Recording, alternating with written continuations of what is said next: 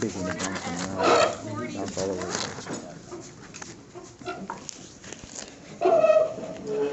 The next business in order is roll call. Beginning to my left, please take your seat for roll call. Lillian Hazak. Thank you. Lindsay Slovansky. Timothy Killican. Karen Saganor. Teresa Buncana. Chanel Williams. Andre Barr. Jared Hall. Ken Murphy. Otilo Gabor. Very good, thank you. The next business in order is approval of minutes. Council, please take a few moments to read the minutes from March 19th. They're in your packet. We have a packet, they're there. Take a few moments to go through them.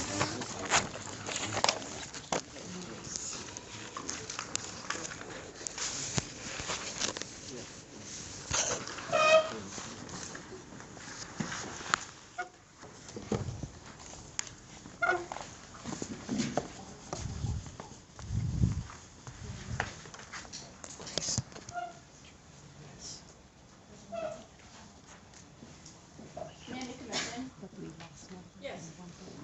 Could we perhaps approve the minutes at the end so that while things are happening, everyone has time to read them more quickly? Sure, and also keep in mind that they're posted. Right. All right, we'll move that. I second that, so it'll save us some time. See, and we're all learning new, so I learned we don't have to approve minutes, We can just tell them to be ready to approve at the end. Right. That's So what we're all we have to learning, say. so this is good. Yes, so You had a Sarah, correction? yes, Sarah, she was present and she was a student, she's my alternate, so. Perfect, so hold that, and when we get to roll, to the minutes, We'll do the last amendment. we'll add that, okay? So, moving on, the next business in order is the chairwoman report. I just have a couple of things to announce. Thank you so much for giving me the liberty to sort of work on a new agenda and book for all of you to review. What I'd like to do is as we go through them, I just want to explain a little bit of, just take a couple of seconds to do that. Keep in mind that this is a working format, so I appreciate any feedback that you have.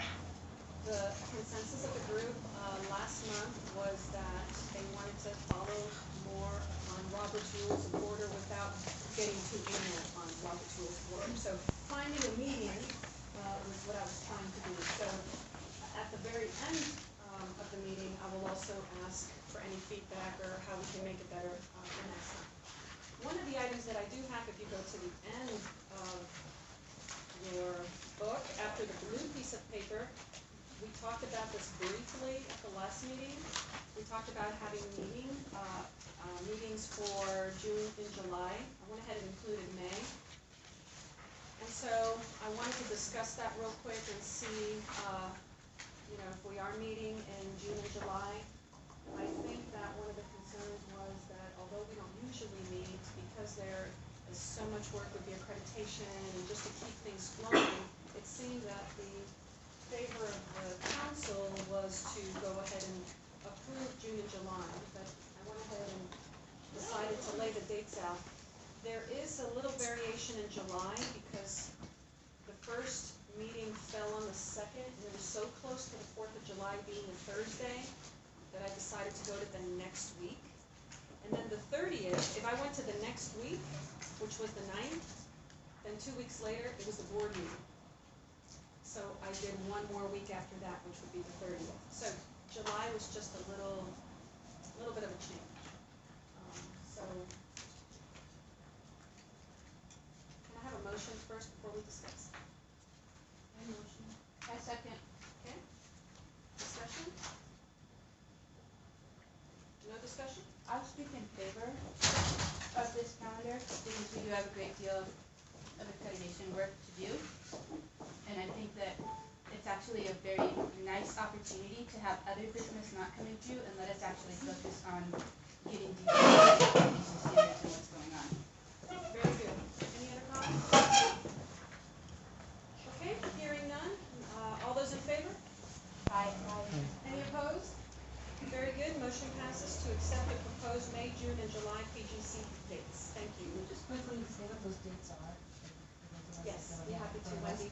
That's May 7th, May 21st, June 4th, June 18th, July 9th, July 30th. You're very welcome. Very good. Moving along, I added an awards and recognitions area because we have so many good news going on in the college. And what I'd like to do is at the beginning of the, anytime you have good news, please send it my way so we can add to this and announce anything we want to recognize. And so the next thing is in order, awards and recognitions. I'd like to recognize this meeting, Frank Masterson. I'm not sure if you know Frank, but he works in, he's a carpenter, and he works in our buildings and maintenance area. And he has actually won multiple medals in Senior Olympics and has just qualified for the Regional Bicycle Marathon. So he travels to Utah here very shortly. Yeah, very shortly. And I believe it's 26-mile bicycle ride. So we wish him all the best. Are there any other recognitions?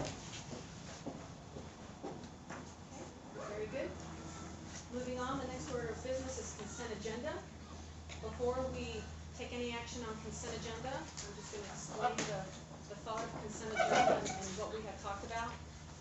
Consent agenda are items that perhaps we've already discussed through the first reading or the second reading, and there was not a lot of activity on them, okay? That does not mean any one of the council members cannot pull an item. You can pull an item before we approve the consent agenda. The consent agenda is just meant to approve items that are regular monthly things or items that really don't involve a lot of conversation. Okay. So with that, are there any items that members want to remove from the consent agenda? Yes, Lily? Yes, please, thank you. I would like to remove items A through H. A through G, sorry, H is not mine. A through G. Lined out, does that mean they're not on this agenda? Well, that was because I got a head start. Oh, okay. Do I need to tell you why? I don't believe. No, although I think it'd be useful to know what they are. So, BP and AP 1.38, the name of the district. AP and BP and AP 2.19, the travel policy. And then BP and AP 6.22, grading and academic record. And BP 6.19, auditing of classes. Okay. Is it anything that can be answered or carried on to next meeting? So the name of the district, it is not an answer, it's an action taken. The Senate wants something read into the minutes, wants our official opposition to that read into the minutes and noted. So I think that means we need to vote on it separately to do that. Okay, so you want to pull items BP 138, AP 138 to be voted separately. Yes. Okay. Travel 2.19, is that voted separately or are you pulling the items for next month? So that actually still remains in collegial consultation with the district. Okay, Yeah, so, we're agreeable to next month. so that would be next month. Okay. Grading and academic record. So these, I put on the agenda intending to have consultation with the chancellor, but that consultation was unable to take place, so if these could move to the next. Next meeting. If you might, that's 2 weeks away. You might just stick it 2 weeks after that, just so you don't have to do this again. No worries. Okay, there we go. And then, auditing of classes is Same the thing, next one. same thing. Very good. Any other items to be pulled from any other council members this time? Very good. Hearing none, then, Wait, did anybody pull service animals? Lonnie? Well, I suggested it not be on this month's agenda. right, that's why. Yeah, those struck ones, I think, were not to be being pulled from the removed from consent. They were pulled already. Okay. From the agenda. Okay. So hearing no other items, the consent agenda will be adopted, adopting items I, J, and K. Now I'd like to go back to items A and B separately. Is there a motion for items A and we can do them separately. Motion for item A? I can't move it because I plan on voting no. You said to vote on it separately. Yeah, someone needs to make a motion, she doesn't want to. Somebody supports it. Is there a second? Okay, discussion for item A? Okay, so the Academic Senate has taken a position against this board policy and administrative procedure because the language in it violates the First Amendment rights of the Constitution, where it says no person shall use City College's name, and it's just far too broad. It doesn't limit it to like for profit or etc. And we've taken a stand against it. I encourage everyone to do the same. Any other discussion? Yes, Karen. For instance, I did note that there is a City College Cleaners on Ocean Avenue. So that name is already in use in multiple places. This doesn't have anything in it as far as I know about, grandfathering in organizations that already use a name. It's a problem. Thank you. Yes. And also, I believe the founding of this college was through a public land grant, so I'm not sure that we can actually ban the use of the name. I believe it's in the public domain.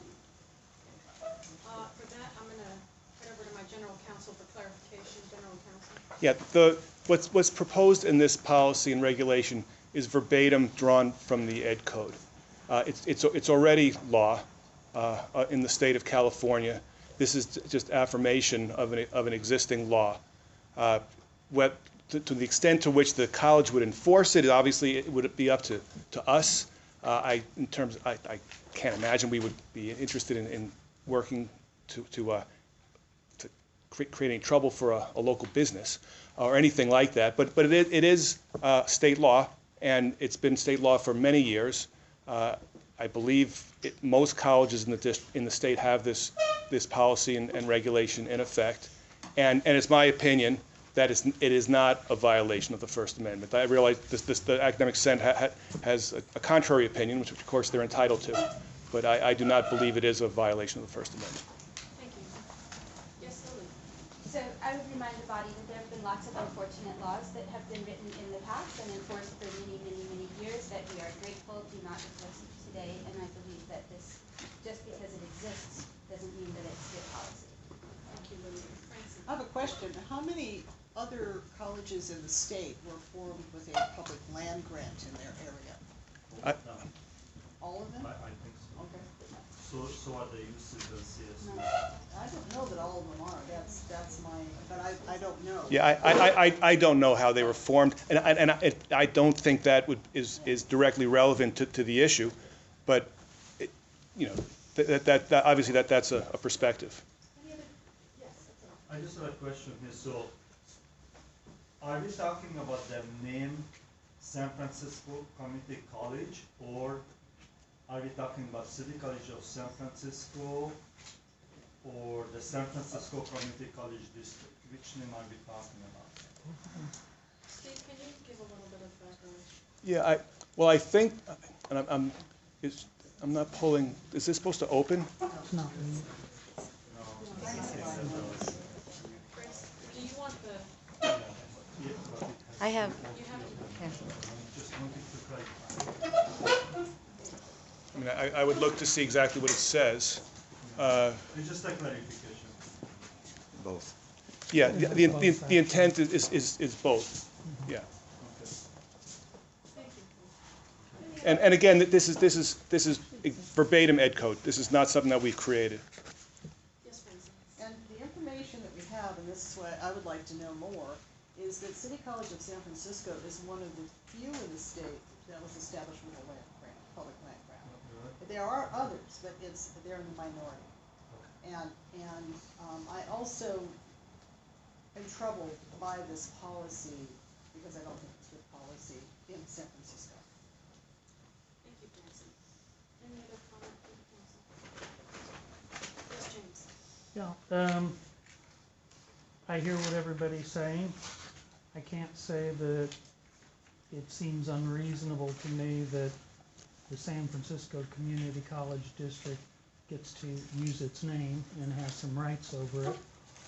Thank you, James. Any further discussion? Very good with that. I'd like to call for the question. All those in favor of approving BP 1.38 name of district second reading, please say aye. Aye. Actually, let's do it by hand, please. Grace? Yeah. Okay.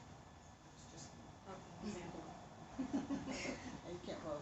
No. Okay. All those opposed, please raise your hand. And the Senate would like the no vote specifically recorded in the minutes. Yes, that's what I'd asked for the hand, so Grace can do that. And then any abstentions? Okay, show that Chanel and. Yeah, they don't have any.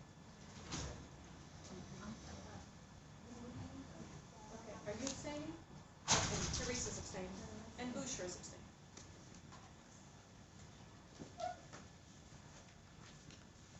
And I didn't count, did that pass? So for Attila, Terry, Will I count you? Okay, one more time, all those in favor, please raise your hand.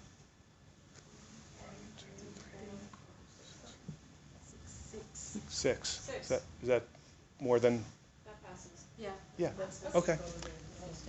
very good. You have And- to vote and- no if you want it to be a no. Abstaining just takes Abstaining. it out of the You're count. not voting if you're abstaining.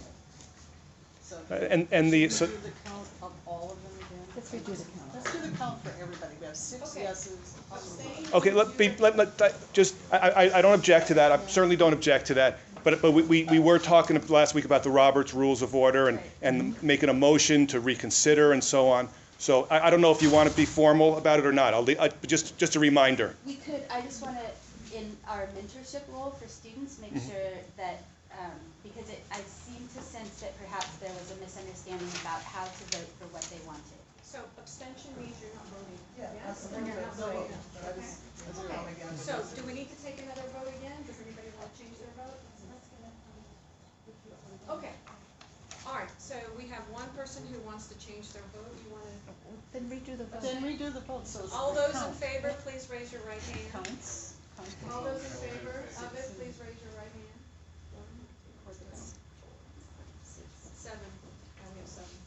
All those against, please raise your right hand. Four. Any abstentions? Any abstentions? Two. Three abstentions. Okay, very good, motion passes.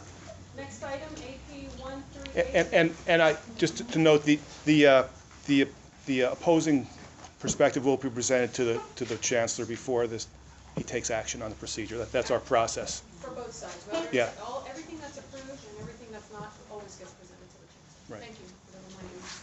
Second item, AP 1.38, name of district. Can I have a motion to approve? Second? Very good, any discussion? Yes, Lily? So for the same reasons, the academic senate would speak against this resolution and against this administrative policy. Any other comments? Yes, Philip?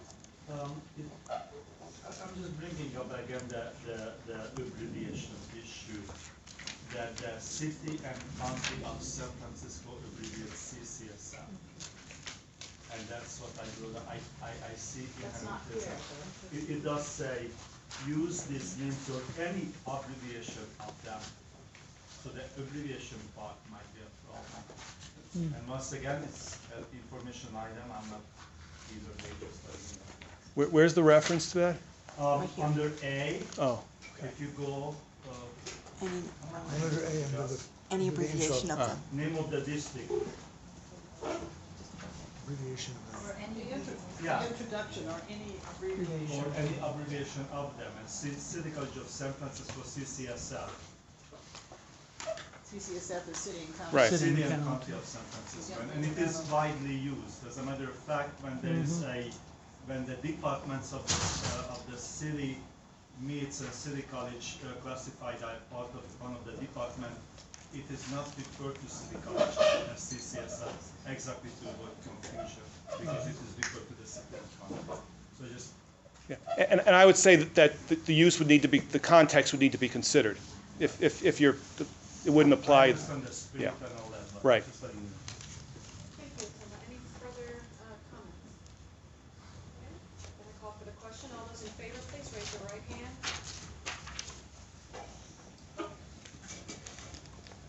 Military, Chief, Lonnie, and James. 1, 2, 3, 4, 5. Okay, all those against?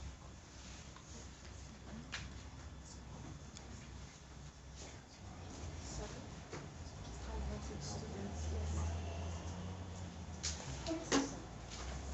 Any abstentions? One abstention? Okay, so motion fails. That'll be the recommendation for the chancellor. One passes, one doesn't. Very good, thank you. Okay, moving along. The next business in order is unfinished business. We've got policy on PGC procedure flow chart. Steve Berkman, Jim Brundage. If you go to your book, after the second pink tab, you'll see that information.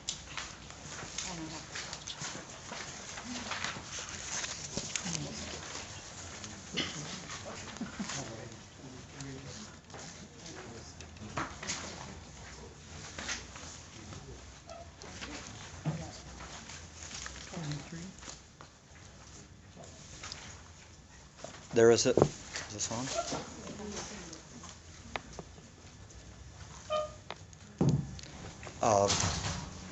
The new version of this chart is an attempt to reflect what various people said in the meetings that I attended about the chart. Obviously, some of the things that people said are subject to interpretation, and it was my interpretation of what they said, so there may be some issues with that. But in any event, this is an attempt to rectify this. I do want to stress one thing about this particular chart. It's actually based on an already officially adopted administrative procedure that was approved by this council quite a long time ago. And forwarded to the chancellor, and he approved it. So it's not like this is new in total. What's new about it is detail that wasn't in the previous chart.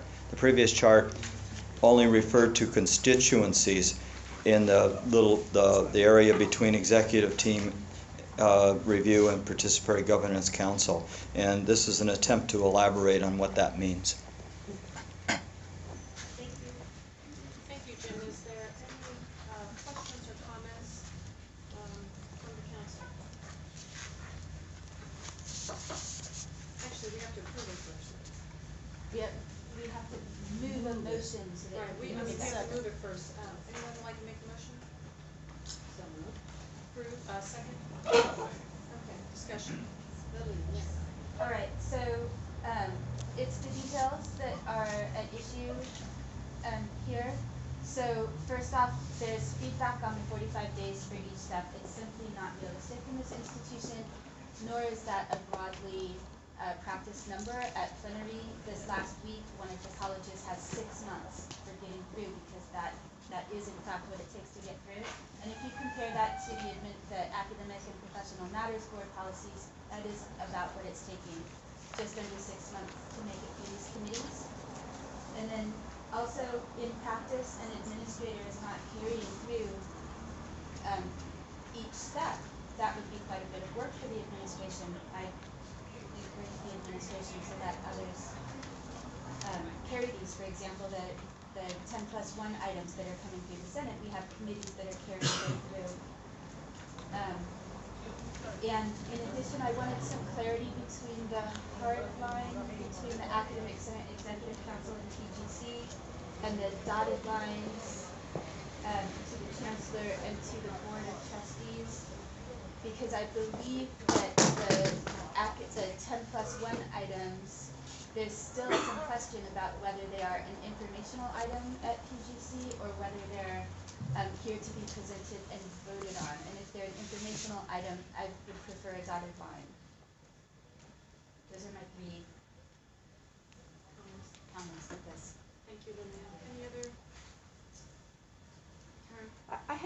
question. I thought I heard you say just now that this relates to a procedure that's already been approved? Yes, this council recommended Administrative Procedure 1.15. I don't remember exactly what month. I believe it was approximately October, to the Chancellor, and the Chancellor approved it.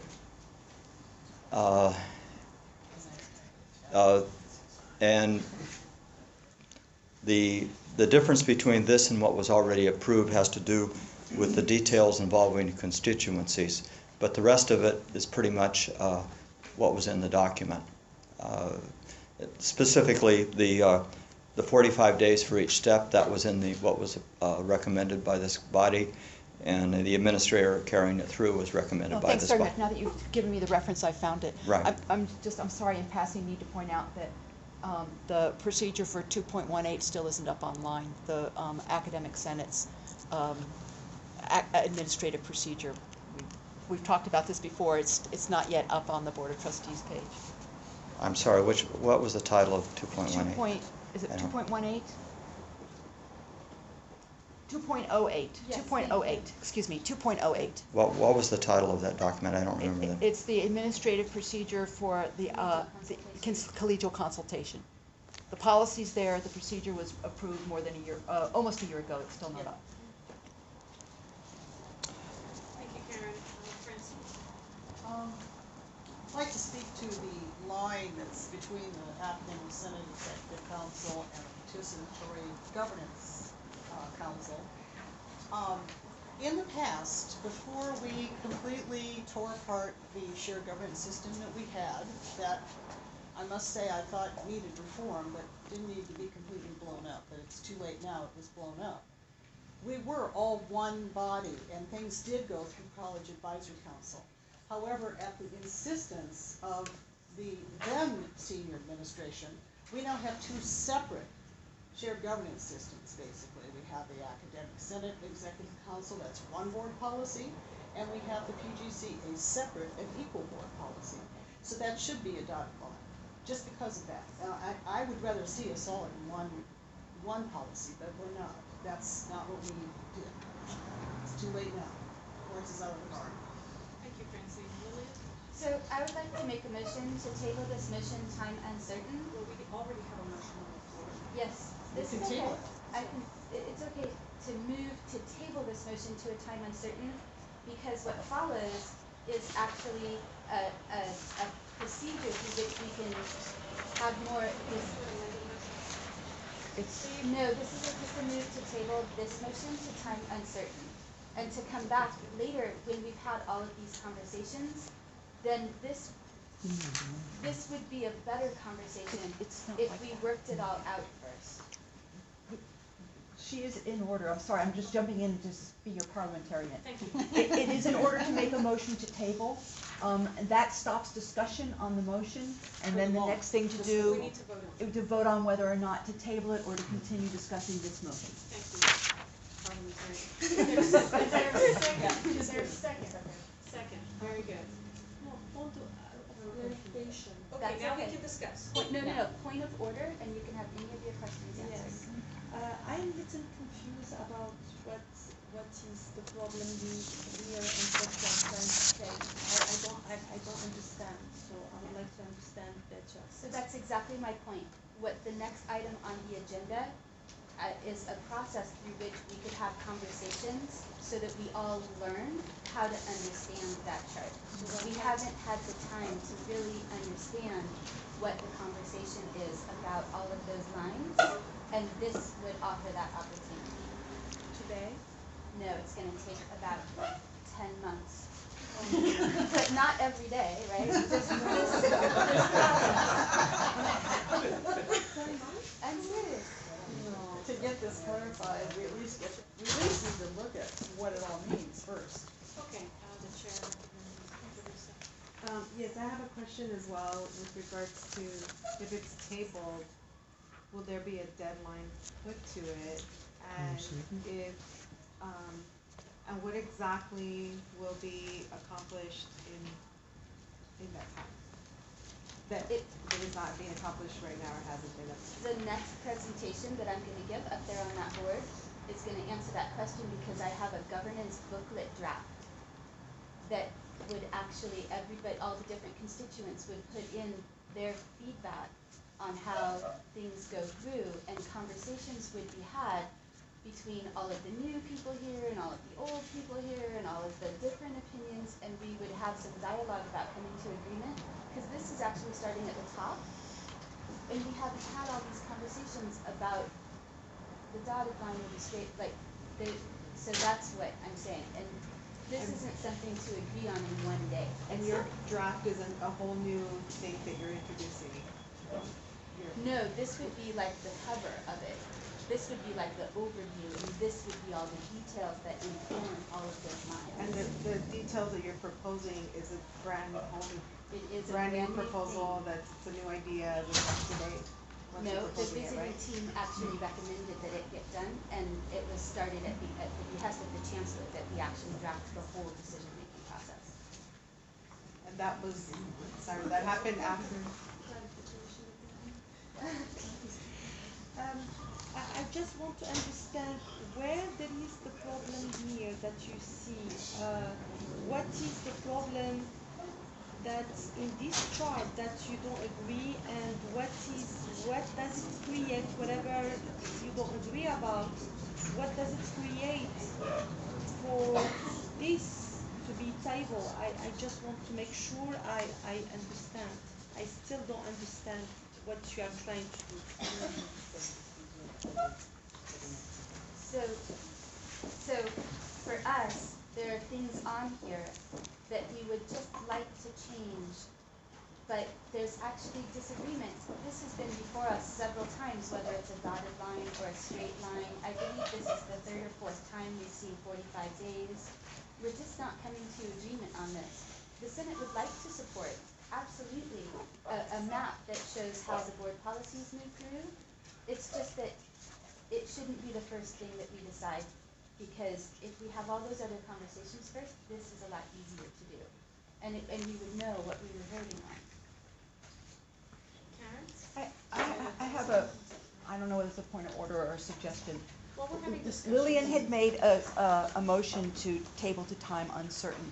I'm going to suggest that maybe Lillian, and I shouldn't be naming this, maybe the motion to table to time uncertain might be withdrawn, and a substitute for it made a motion to table to time certain, so that there could be some discussion of this today, and then it would definitely be taken up.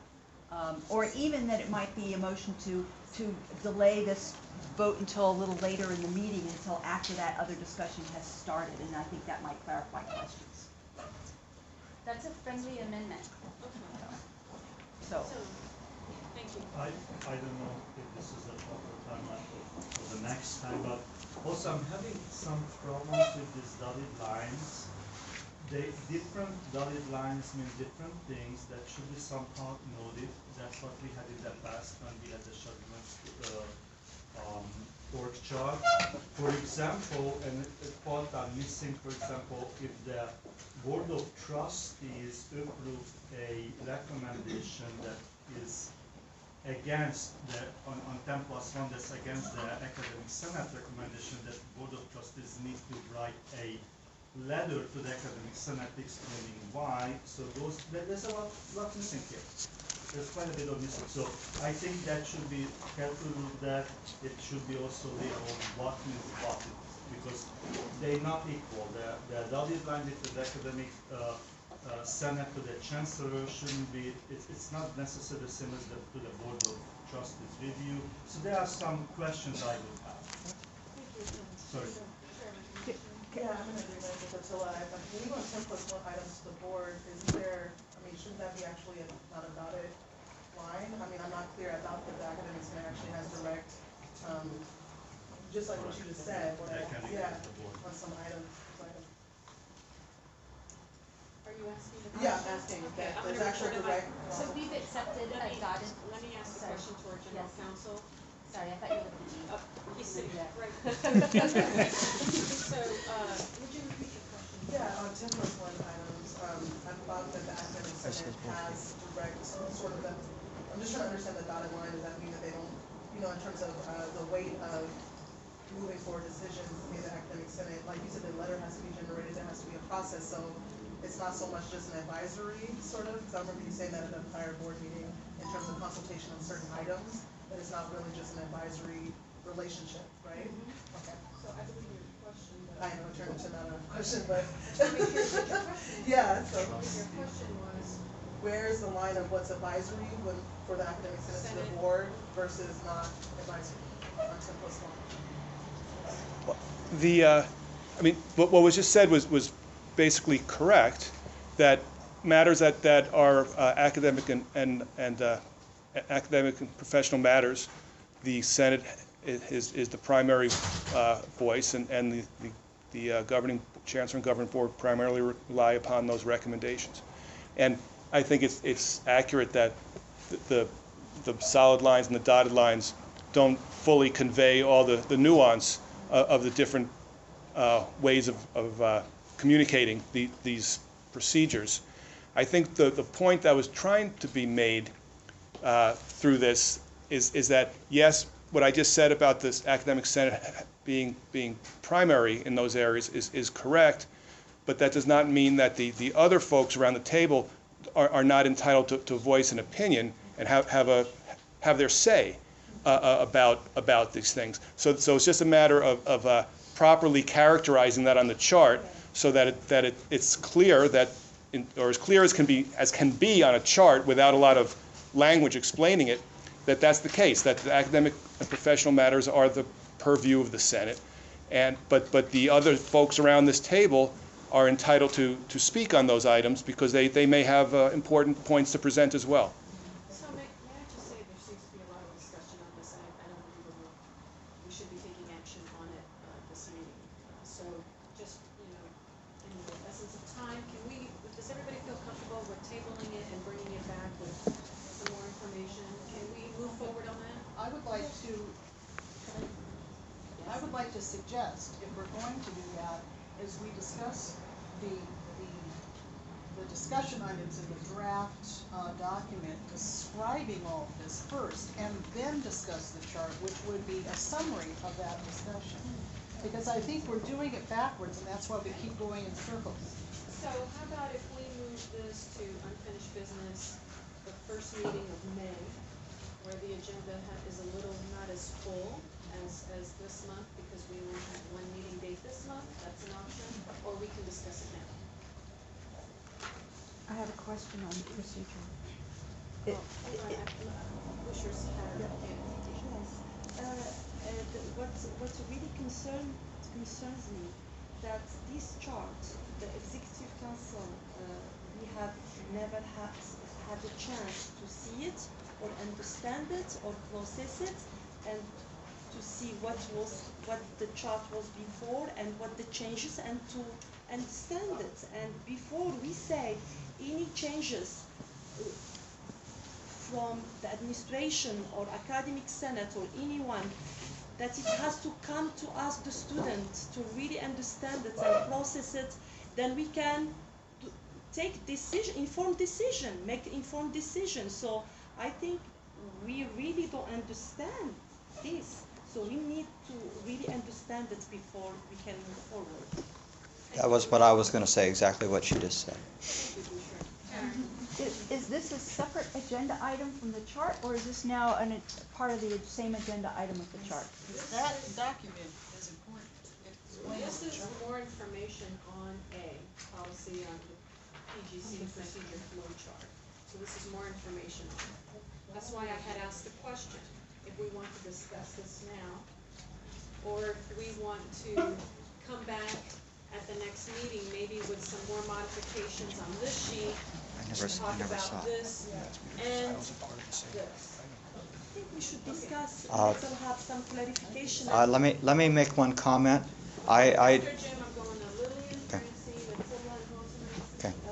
I think it's very important that the future discussion include what the council has already adopted as the procedure. This all started just as an attempt to elaborate on the already adopted procedure. And I think we need to include that in any future discussion. basically AP 115. It's already adopted. It has a lot of the material that you've been talking about in it. I didn't bring it because I didn't know that would be germane, but that's very important to this. Thank you. Chair recognizes them. If I could have 10 minutes to present this, the whole question would move forward some, if the council would permit. Let's just defer our comments and learn more. I know, we have like 13 motions. No, we actually don't. We're Okay. still We're on still item discussing. A. Still discussion. We've just considered tabling it. We're still We're still considering discussing. Okay, tabling but the we got motion. 10 minutes now, so 10 minutes. You're at 10 minutes, This will okay. help us a lot. So, this is where you can find this. So, am I online? You are. Right here?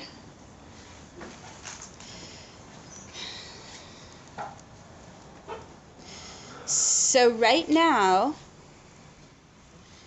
sorry, I'm not on my computer. Be a little bit patient. Right now, if you go to the Academic Senate homepage, up here in the right-hand corner, this is where I put all my stuff, actually. Right down here, you see CCSF Engage. This is the document you're looking at. It is a Google spreadsheet. This is the document in front of you. Notice it is a draft. That's the whole point. It's a draft. And on this page, it states the purpose of the draft is that we as a body and each of our constituent groups can put forth our decision-making process, and we can have these conversations, and we can map them out on here, and some of the principles that are behind those decision-making pathways. So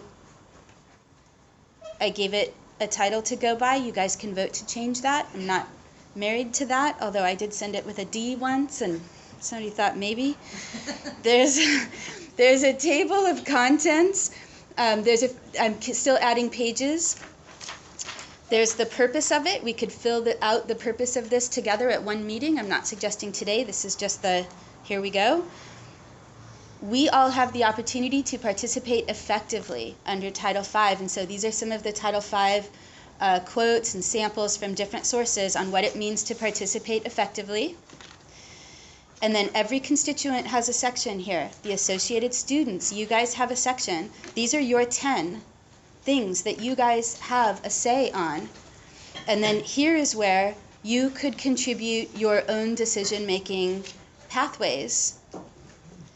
The same goes for classified staff. This is what it says in Title V about including the voice where it impacts classified staff. Unfortunately, they don't have their own 10. We should start working on that. But we do have language that says, in our best judgment, we include them. Everybody's included. And then they can put their decision-making map. Of course, because this was my spring break project, the Academic Senate has a head start. Sorry, this needs to be a little taller. So here's the Academic Senate 10+1. The 11 is the +1. There's an explanation of what the +1 is and where it originates from. There's the Academic Senate Executive Council. It's hoped that this is what each constituent group would do. Here's how the Academic Senate has an Executive Council. Here's the roles, right? Here's some clues on what to do. Apparently the executive officers don't do a whole heck of a lot yet, but they will. Here's reports that have to go through the Academic Senate. Here's how the Academic Senate's trying to map out its decision-making process, and we're working on this. Then here would be for the administrators. They would put their map in here. And then here's where we kind of all come together at the Participatory Governance Council. Notice that there's more standing committees there than there currently are, because there's a resolution to add to some of that, some committees that we need to connect in here. And then there's just some principles. Notice this is a draft. The arrows aren't all complete. They're not all going in the right direction. But there's some text that kind of explains what is going on. And then we could establish our own roles and responsibilities for all of the members of the Participatory Governance Council. And then we have some general rules. Why do all voting members require an official appointment? Language coming from Title V, language coming from different other college practices. And then what do committees do? How do you write a resolution?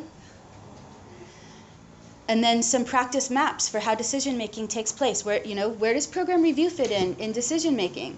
So we have this little chart that's being worked on and some explanation of how things could possibly go.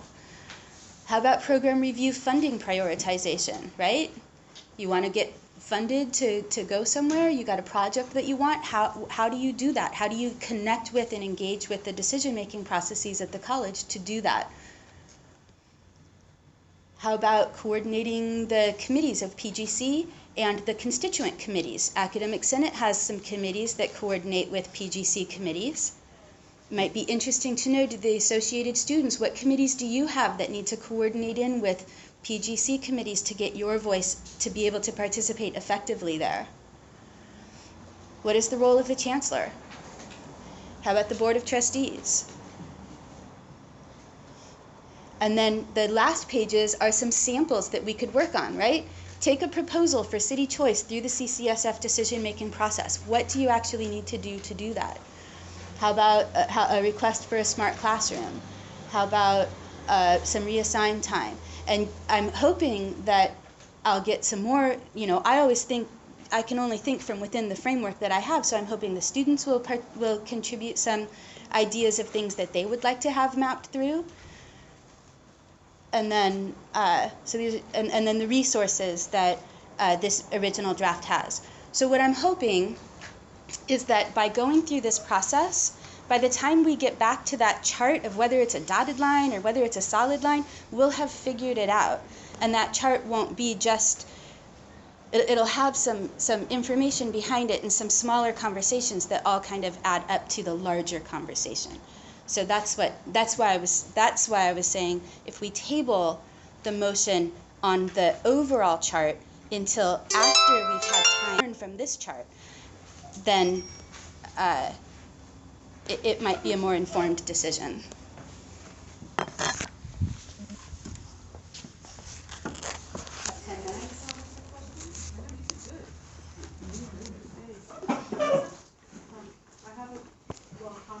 That was a very thorough kind of breakdown of the process, but it also seems like it would, even if we took a whole day and did a retreat about this, it's go through, have everybody understand their role in the process, their potential for input, their, to make sure that everything goes in the right order.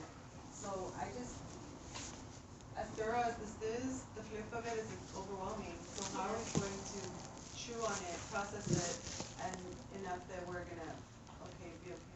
So what I was hoping is that each constituent group would take it away, go to their constituent groups, fill in their pages, have those conversations, and that maybe during fall semester we would try using it, even as a draft.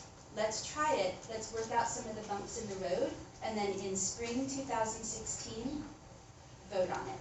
That's why I said 10 months. Let's try it and see what happens.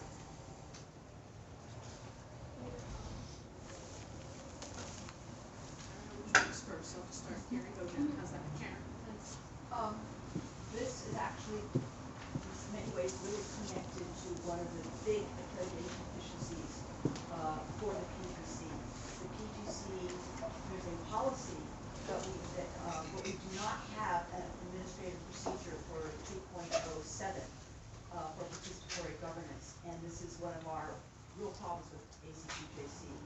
And going through this kind of process would really help us come to an understanding of what should be in that administrative procedure, and then writing that procedure and filling in that problem. I don't actually think it will take 10 months. I think it can be done a little sooner than that. Thank you, Karen. James? So, sort of along the same lines, as I understood from ACCJC and what they were saying, it seemed like they were saying we have a little bit of a black box in the decision-making process. It's very difficult to tell how decisions get made. And I think this is an attempt to make that that clear how decisions are arrived at. I don't think, I think the most effective thing for us to do initially is each constituent look at the whole document and then fill out our parts of it. And when we get together to we may say, well, that's, how you come to that, or maybe some changes. But I think a lot of it is even understanding our own roles in the decision-making process. I think it's, I think we understand, but if you stop and think about it, just what's here. And I've been around shared governance for a long time, and there were things just going through this one presentation, I went, oh, that's a good point, that I hadn't thought of before. So I really thank you, Lillian, for giving up your spring break doing this, because it really, it is, you didn't get a vacation, but it's helped me. Fully accredited, that's the goal. That's the goal. Yeah, no, thank you so much, Lillian. I think just for speaking for Associated Students, I think we do need to take this away and think about it. We're looking a lot at our structures and how we function. And I think that we definitely want to work more closely with academic senate and really understand 10+1 and all these pieces a lot better and really strengthen our role. And I think through accreditation, things have gotten, it's like getting to understand the climate we're in now. So I think this is great for us to have the time to kind of pull it out. And thank you for taking the spring break to do this. You are welcome. It got me to thinking, a few minutes ago you said that classified should work on their own 10. And I think that this process that you drafted is based on the faculty understanding of 10+1. And it does include classified, which is great, because I always love to see it when all constituency groups are included in a decision-making process. As a classified employee, though, this framework, this is not the way I see myself and my work at the college, because I come from a different lens as a classified employee, right? So not to say that I disagree with the faculty perspective, but just to introduce the idea that as much as I appreciate this work and the inclusion of classified in the process, I also think it's important to realize that we're all coming, it's like everyone sees the same event, but gives a different, recollection of what they just saw. So keeping that in mind, how do we move forward to create a process that's inclusive, that where classified doesn't feel like they don't have a voice, because I hear that way too much. I hear too often that faculty are the ones who make all the decisions, and so what's the point of us even getting involved? And to an extent, I agree with that. But because 10+1 exists, and that's already in existence, so, how do we, I don't know, I guess I just wanted to make this comment, to throw it out there, to say, like, how can we move forward in creating processes that are inclusive, but that are also in recognition that we're not all apples. We're apples and oranges and grapes and everything else.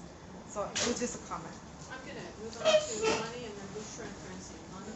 Well, and also, this is great, thank you, Lillian, but I know that the administrators have not reviewed this. To what Teresa was saying, I know a lot of people feel like, oh, the administrators make all the decisions. Well, not all of us do, okay? Some of us also have to have input into it, and so we'd like to review this. I don't know where we're going at this point, but we haven't looked at this, and we haven't had a chance to discuss it. So we would, I would say that I think classified and administrators and even students, we all need to look at it a little more carefully. I think that's why it's here. It's being, well, I don't know what the next step is. Oh. And I just would hope that it would be to give all the constituency groups a chance to take a closer look at this. Yes, so the idea was that all the constituents take it away. You could come back to this council and you could totally vote it down. And you could say, Lillian, you totally wasted your time, we don't want this, and you could vote it down. You could. Technically, right, you could.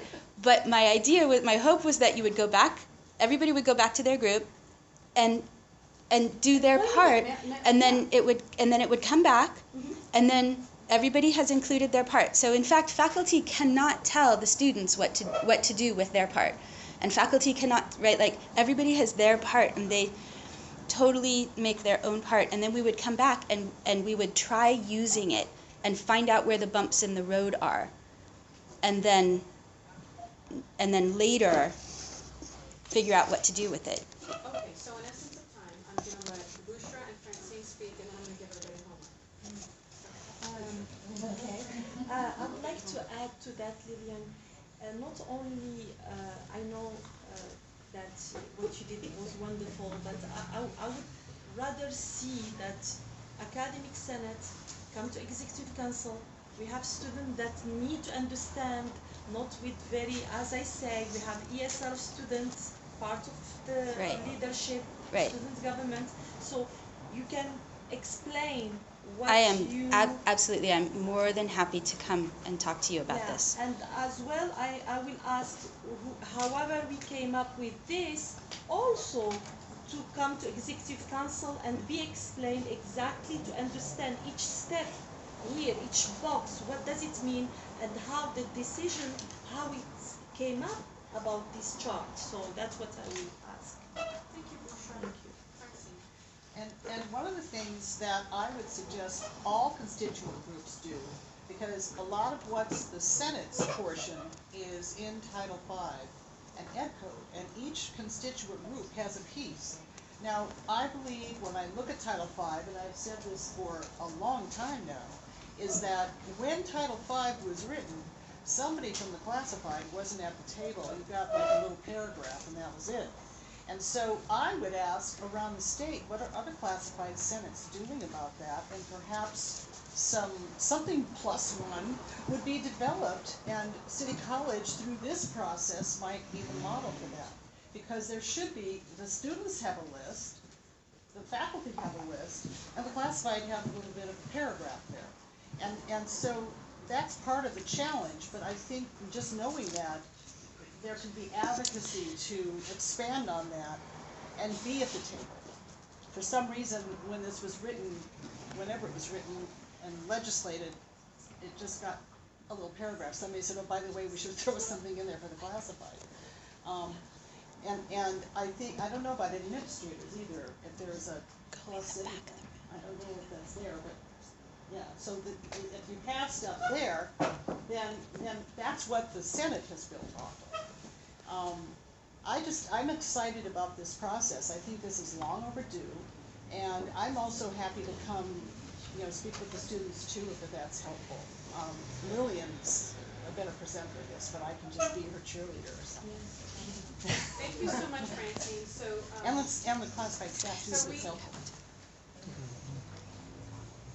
Wanted to add to that because you raised some questions. Well, the idea with that was originally it was legislated to bring the community college senates the same level as the formal higher education are. And you're absolutely right, the classified originally wasn't even that much involved.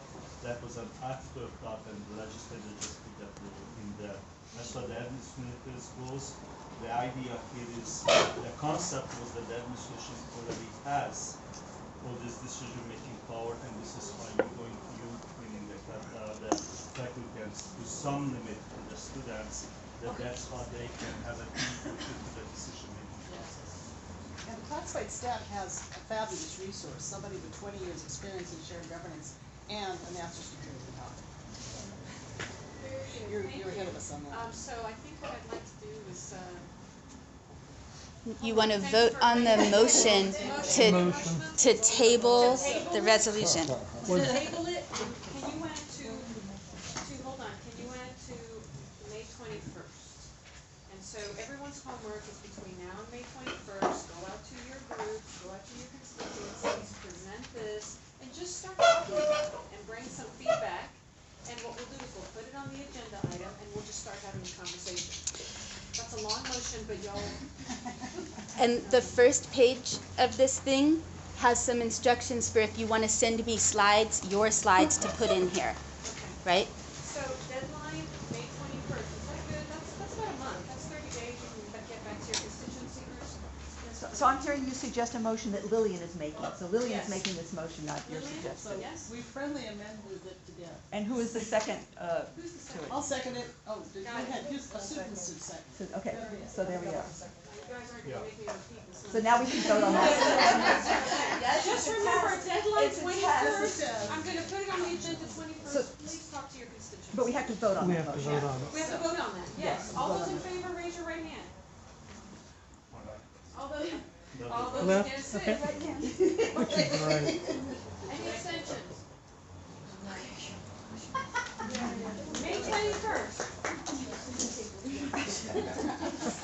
All right, next. Next item B, addition to PGC committees. I think this was an informational item, Lillian? Yes, at the end. This is informational, this is something, so, Darn it, I got distracted earlier today.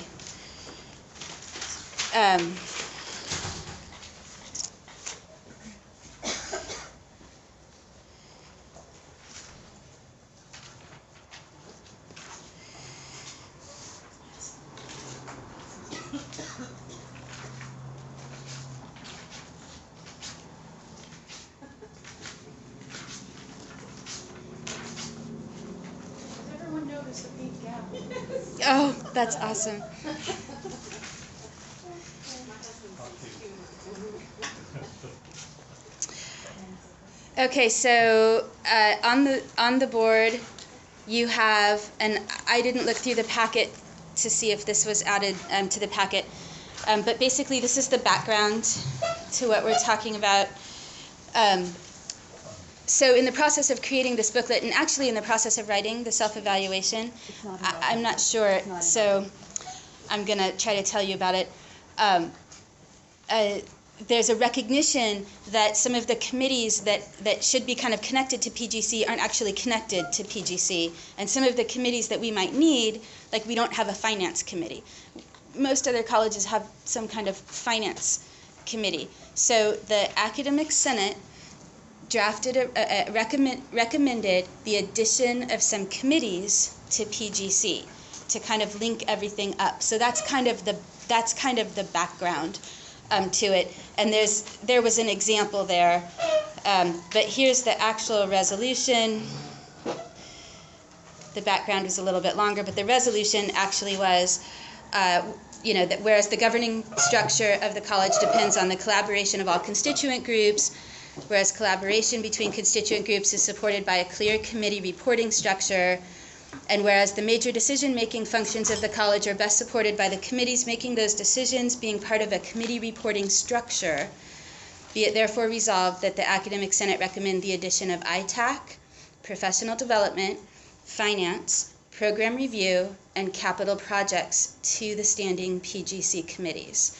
And so I'm forwarding this now to PGC.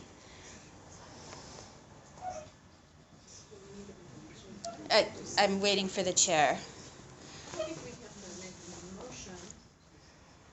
Is this now on our agenda to discuss today, or is this just? This was just to present it. I think this could be just to present it and see what you guys wanted to do. Is this something that Yes. the council would like to see on the agenda for next meeting? Or? Yeah. I would make a motion. May I make a motion to put this on the agenda for the next meeting? Okay, all those in favor, please raise your right hand. One, To add this addition to PGC She didn't ask for committees, discussion. this resolution on the agenda. Should we? For the next time. Yes, discussion for next. Sorry. which is what, May 21st? Is it 21st? May 7th.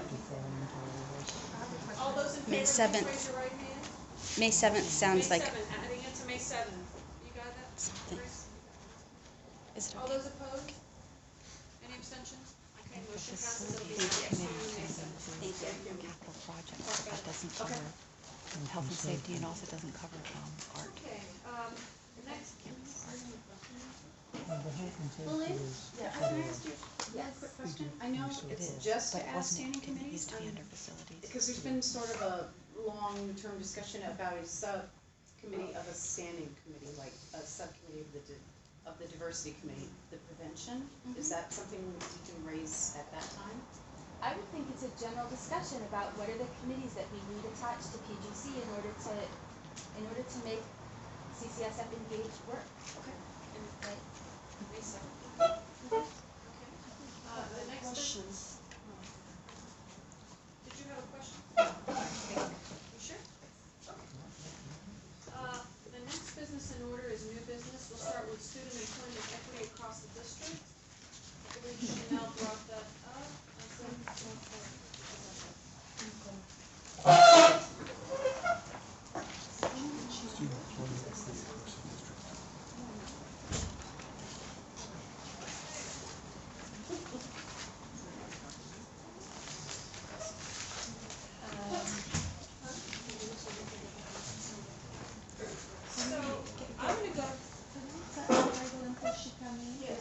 She's the one that put it, and we have students from Brena, vice president from Evans.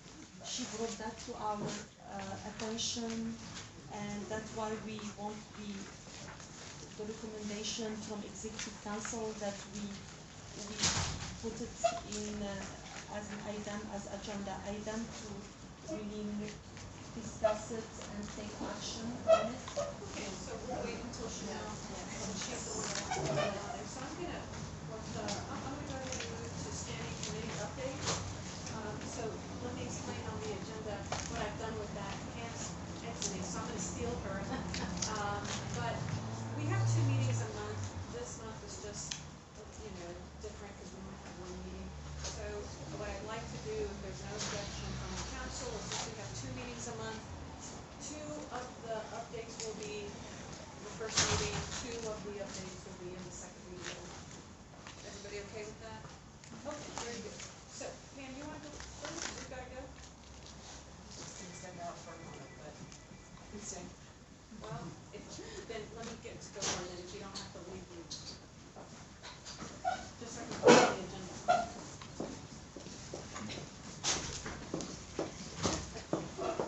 Thank you, Governor. You're welcome. Hi, everybody. Good to see you again. Hope you had a good spring break.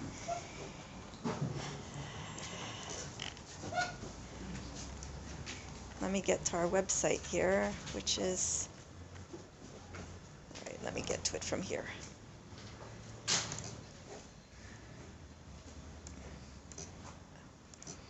Okay, we are following our timeline for accreditation right now, and we're very excited. Actually, tomorrow we're going to have a forum, a little bit about the 2014 standards, and then a focus on disaggregated data.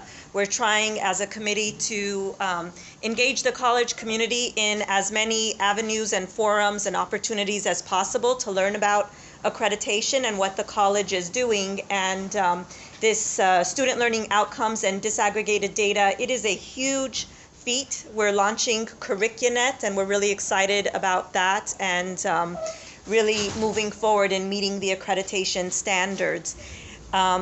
April 30th is when our action plans will be developed, and we'll be taking to the various constituent groups those action plans.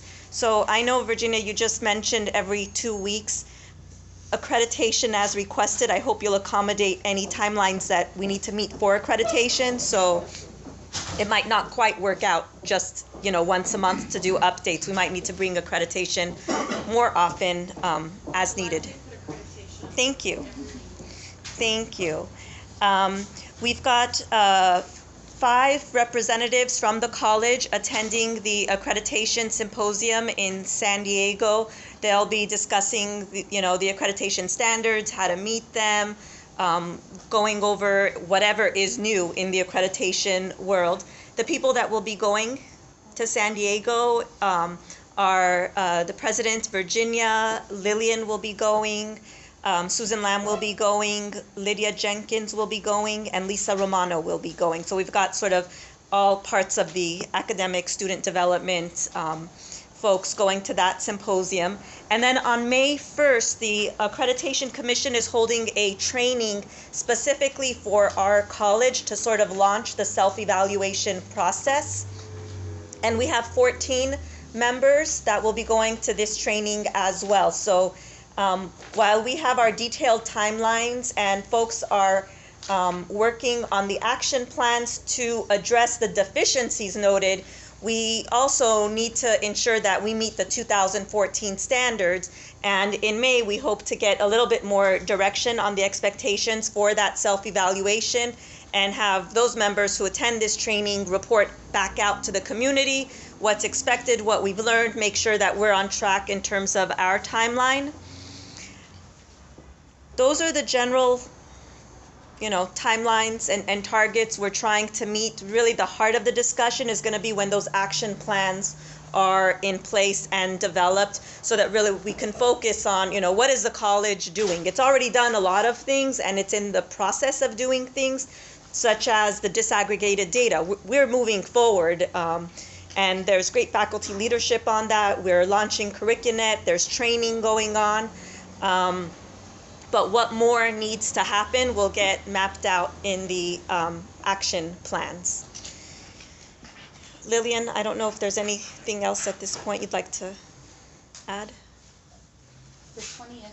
Oh, on the 20th also, on Monday, there's an event taking place. The accreditation, those faculty members which attended the Accreditation Institute and Academic Academy will be reporting back out to the college sort of what they learned, their perspectives. So it's really just sharing information. So when we go out there and we talk with colleagues and our faculty members talk with colleagues, what's happening, statewide, and coming back to our home college and sharing that with everybody so that we've got those perspectives in mind as well and can figure out, how does this relate to City College? What can we, steal? What can we borrow? And sometimes it validates the great things that we're already doing and, recognition that we're ahead of the curve, in fact, in some areas as well. So that's April 20. It's in room R301. And this Friday, and this Friday, it's at 3 o'clock in this room. Thank you, Gohar. Any comments or questions for Gohar? Thank you very much, Gohar. Okay, you're welcome. Next is diversity, Clara.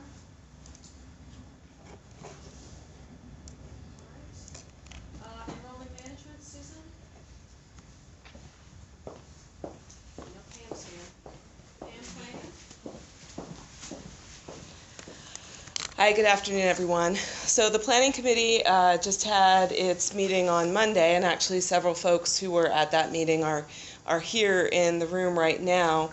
I think one of the things that might be useful at this moment, and the Planning Committee was engaged in some of this discussion on Monday, is with the upcoming conversation about additional standing committees of the Participatory Governance Council, really what is the role of the Planning Committee? What are we doing that it's great we should be doing? What should we be doing more of? And what really falls under the purview of other groups? And how do we then coordinate that? So I actually just pulled up the committee description and purpose for the Planning Committee and just wanted to read a couple things very quickly.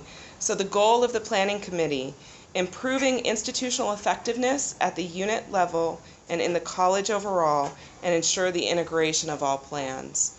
So it's called the Planning Committee, and so one thinks just of planning, but with that institutional effectiveness piece in there, it's really broader than planning by itself, because of course we don't want to just plan to have, documents on a shelf. Those plans are intended to do something. So I often like to use assessment, planning, and budgeting because all of those things are supposed to go together. So under the purpose and responsibilities, so again related to this institutional effectiveness and integration of plans, purpose and responsibility: oversee and coordinate institutional assessment, SLO, evaluation, and planning activities designed to document and improve institutional effectiveness, assuring that they are broad-based and offer opportunities for input by appropriate constituencies. Support ongoing integration of unit planning activities, institutional planning processes, and college budget for the purposes of documenting and continually improving institutional effectiveness. Recommend systematic mechanisms to determine college benchmarks and assess institutions' progress, etc. And this goes on, so we have A through J. So we've got a lot under us, but that gives you a little bit of a taste of it, and a lot of those pieces really relate to assessment. And I wanted to talk about that a little bit today because I end up talking to you a lot about planning, and I think we need to spend more time, equal amount of time at least, on the other pieces. So what we do at the planning committee is, and I try to do this actually at the beginning of every meeting, so we don't run out of time to do it, is include reports on the latest SLO activities. So at the last meeting on Monday, we talked about student services outcomes and the validation around student services outcomes. It's a 3-page document, and I highly recommend you take a look at it.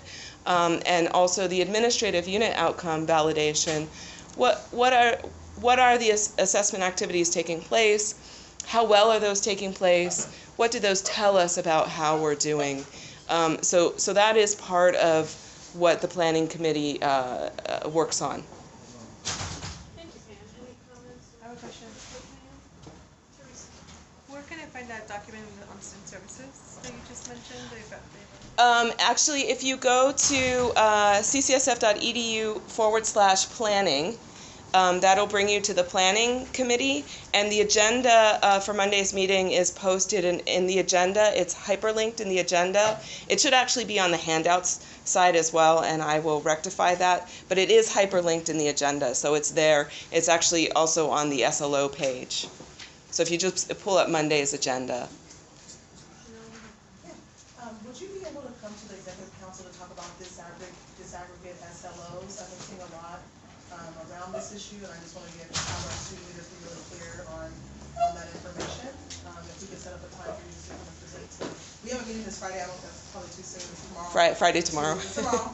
Yeah. But I could send you some other dates. Yeah, either me or someone from my office. I'll coordinate with Christina Whalen, who's our SLO coordinator. We can decide who would be most appropriate, but sure, absolutely. Yeah, I have a question. It's theoretical. Yes. There is a finance committee that is a standing committee of the PGC. Would some of the, As proposed, yeah. As proposed, would some of the planning and budget migrate to that, or would you hang on to that piece? So that's a good question, and Ron is here, so he may have some thoughts as well. I will say that the planning committee has not spent an enormous amount of time on budget. We've been focused a lot around planning processes and assessment processes coming out of the 2012 show cause. And you know, we're not the group that is scrutinizing the budget line item or anything like that, and that requires a certain amount of expertise in terms of actually reading the budget. So the planning committee has kind of a broad-based relationship to the budget, really from a planning perspective. So as we go into education master planning, you know, what do we anticipate about the finances, the future finances of the college over the next 5 years? You know, do we expect it to be flat or not? You know, having that sort of general sense so that we don't have plans that are just, you know, pie in the sky, crazy wild because we think the budget's going to double and it's not, because that never happens. I think where it gets, where we could use some more discussion about where there could be deeper connections has to do with 3D3, right? 3D3 or 3D4? 3D4. And that has to do with program review and the connection between the program review and the annual planning process. And there's a lot that's happening around that right now that could use some more just sort of documentation, because we have some practices in place and we want to make sure that we know what we're doing and that we continue to follow what we're doing. Yeah. Thank you, Pam. Lily? I wanted to actually back up to the disaggregated data and just do kind of a connection right after your meeting tomorrow, your students' meeting, right at 3 is a whole 2-hour presentation on disaggregated data. We're gonna be in there from probably 2 to 4. Okay. All right. So I just wanted to throw out some of Any other comments or questions for Pam? Did you wanna? Ron, did you have some additional information? Pam, thank you so much. Okay, so I'm gonna go back to new business, student employment equity across the district. First, Okay. I just want new business B. Okay, we're gonna take B first, Evans Campus Materials, Chanel. So Bruna, she is the vice president of Evans Campus Associated Students, and she's gonna be presenting on this issues.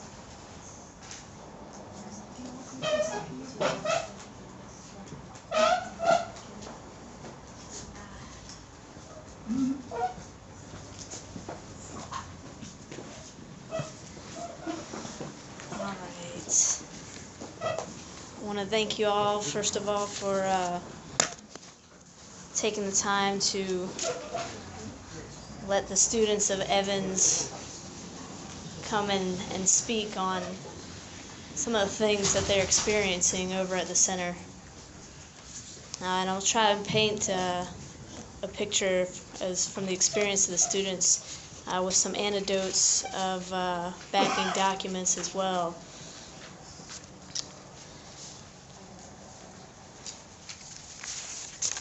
I'll give you guys, okay, you guys ready? Okay.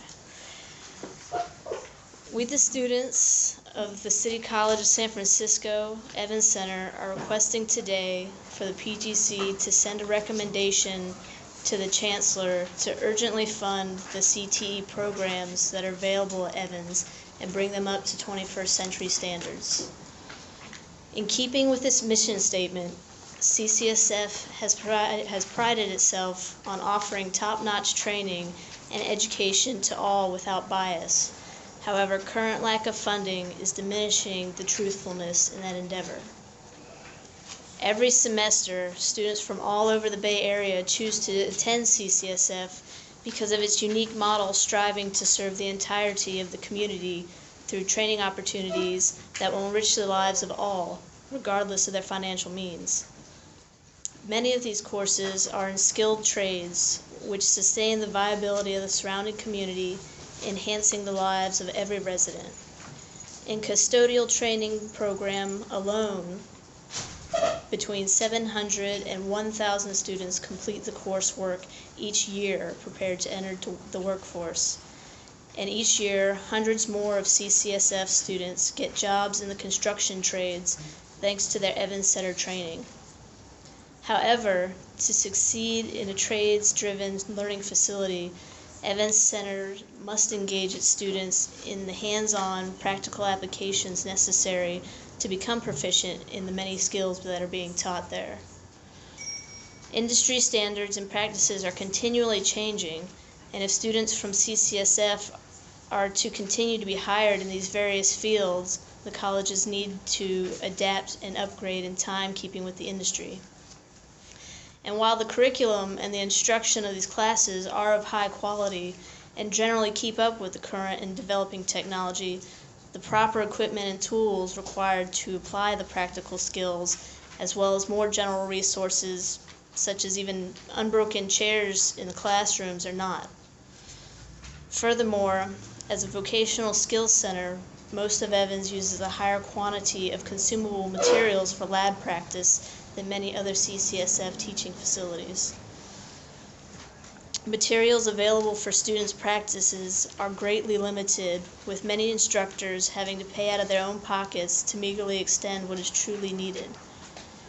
And dating back for years now, quote, there has been no budgetary support for the replacement costs of usage over time and also obsolete equipment, end quote, as stated by Dean Bynum in his fall 2014 program review. Evans Department Chair, yes. Interrupt you here for a Sure. second. I understand this is a very important PGC item. Thank you for submitting the information. What we can do is, as a council, we can certainly look at it and review it, and go from there.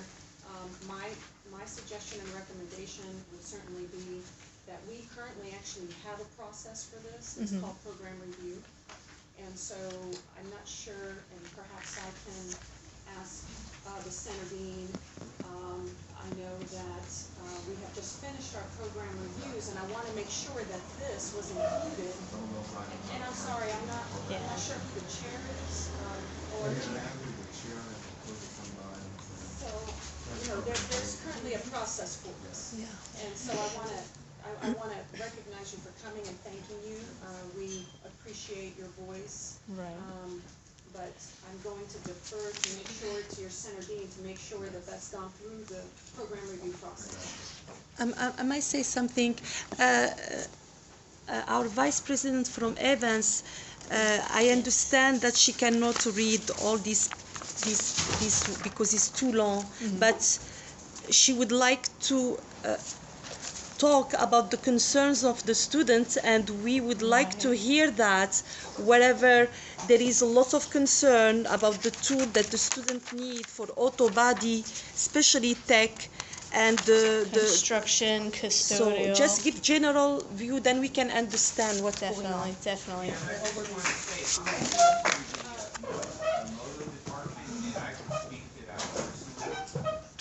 Okay, so what I'm going to do. I do have a lot of concerns, and I would like Can I just pause you for 1 second? We have a public comment piece on the agenda, so if you will just bear with us 1 moment, I'm going to focus on this, and I'm going to give the student her opportunity to discuss her concerns, and just hold on, and then during public comment, you're more than welcome to say what you want. Okay? Yes. Well, the general concern of the students at Evans, and going back and reading through a lot of the program reviews, is that, for whatever reason, the concerns of updating the equipment, things that are even becoming safety hazards for the students and the faculty have not been answered. Things going back as far as, when you guys first started doing the program reviews in 2008, addressed the same things, over and over again, be it tool funding, equipment in the classroom, even broken chairs, ventilation systems that cause safety risks because they are non-functioning, library, the fact that we don't have library and resources to support the learning of the students. Just so many things have been continually addressed in program review and program review and program review, and even have, from subcommittee review going back in 2010, 2011, just stating that, these things have been asked for and lobbied for so many times that people are just getting hopeless at the center, that their needs are not being addressed, and they don't feel like they are an integral part of CCSF, which, the numbers show that the CTE programs do support heavily the college as a whole, but yet they're not getting the adequate funding and attention that they deserve. I just wanted to let you know that the library worked with several other departments for what's called a Perkins grant for establishing more equipment, and particularly for a library at Evans. Okay. And the library also has put into program review year after year since, I think, going back to 2005 or something like that. We need a library at Evans and didn't get it. But there is going to be a library at Evans starting this summer, if not before. We're definitely scheduling a librarian to be there, starting this summer, whether there's any money for it or not. If the librarian has to, hang out in the hallway, that's what will happen. But we've been in contact with the dean so that there will be a place. Right. I do share your concerns. I just wanted to let you know that you're not completely ignored. Thank you. Thank you. But more needs to be done. Being here, what I would like to do is, because these are important things we need to discuss, I'd like to work with your Center Dean so that he can look to see where we are in the program review and what's happened in the last 3 to 5 years, and see if there's any in the pipeline. I'm not sure where that is right now. Yes, Francis. Well, and this kind of concern, which is very legitimate, points to, for a time, we had a program review committee that met with departments after submission of the program review, and the committee would bring in district resources that might be helpful and have a discussion, for example, just on the Evans campus concerns, and we're not doing that anymore. And I'm seeing the need for it here, and I know of many other needs that might echo this. Yes. Well, you know, I see the budget down here. I can't see it because Fred's. Okay, Ron, do you want to comment, or would you like to have, or do you think maybe figuring out first, getting the information and looking through program review and doing an update maybe at the next meeting to figure Well, out? our existing process in program review, so as kind of Pam and I were talking, is the first thing that we want to look at in terms of budget development is to make sure that everything that is being expressed as a dire need programmatically is in the program review documents that has already been alluded to. So, you know, really the next piece of that is prioritization of those priorities in light of everything else that's going on and moving forward. So, you know, at this point I'm not necessarily prepared to comment on it. It's just a matter of, as we march through our program review and the prioritization process, hopefully those items are towards the top of the list and receive the attention and the funding that is needed. Thank you, Ron. I've got Bushra, Chanel, and then Teresa. I just would like to recognize Dean Bynum.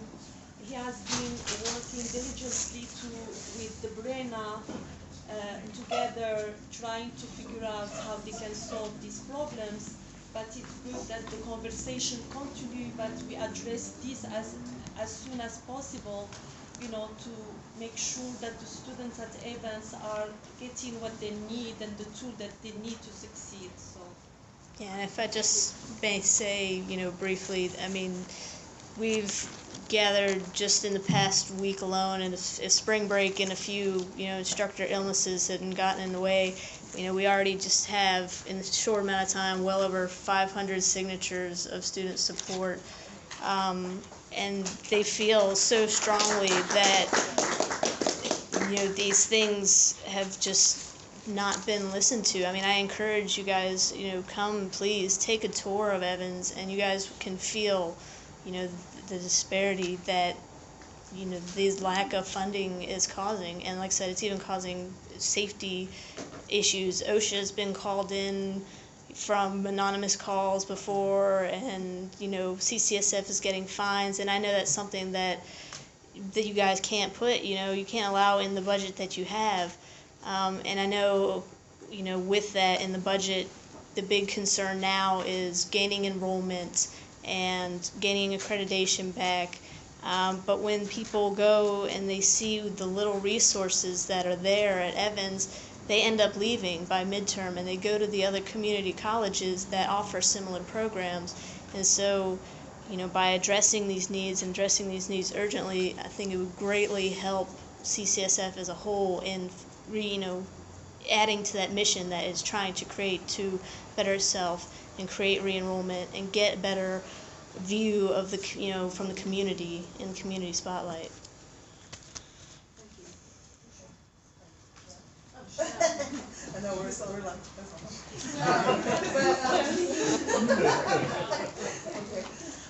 but I just going back to the whole flow chart and just the way that other committees kind of flow into this space. I think that, you know, what I'm hearing from the Vice President of Evans is that this has been to the program review, that this has been already sort of acknowledged by program review, and then nothing is happening. And so just putting the question to this body, like, what happens and where do we have some authority to say, hey, this is a real issue of student health and safety. This is a governance, you know, issue. Like, where do we sort of fall within, in terms of our purview, to be able to address this? Because if students aren't, you know, CTE is huge around the state right now. I mean, there's no reason with all the funding that's within the state that we can't get some of those monies to enhance what's happening at Evans campus. So, I mean, can we, within this body, make a motion to say, hey, you know, we want to see this come back and kind of monitor this within this body, so that it doesn't just go to program review and then dies there, I just wanna see some solutions, so.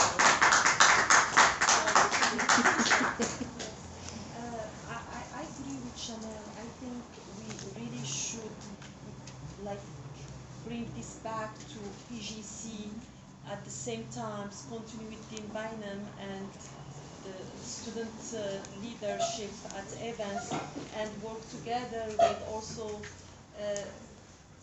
student equity and all that, addressing that with Dean Santos, and then we can move as strong hand to move this forward. Yes. Thank you.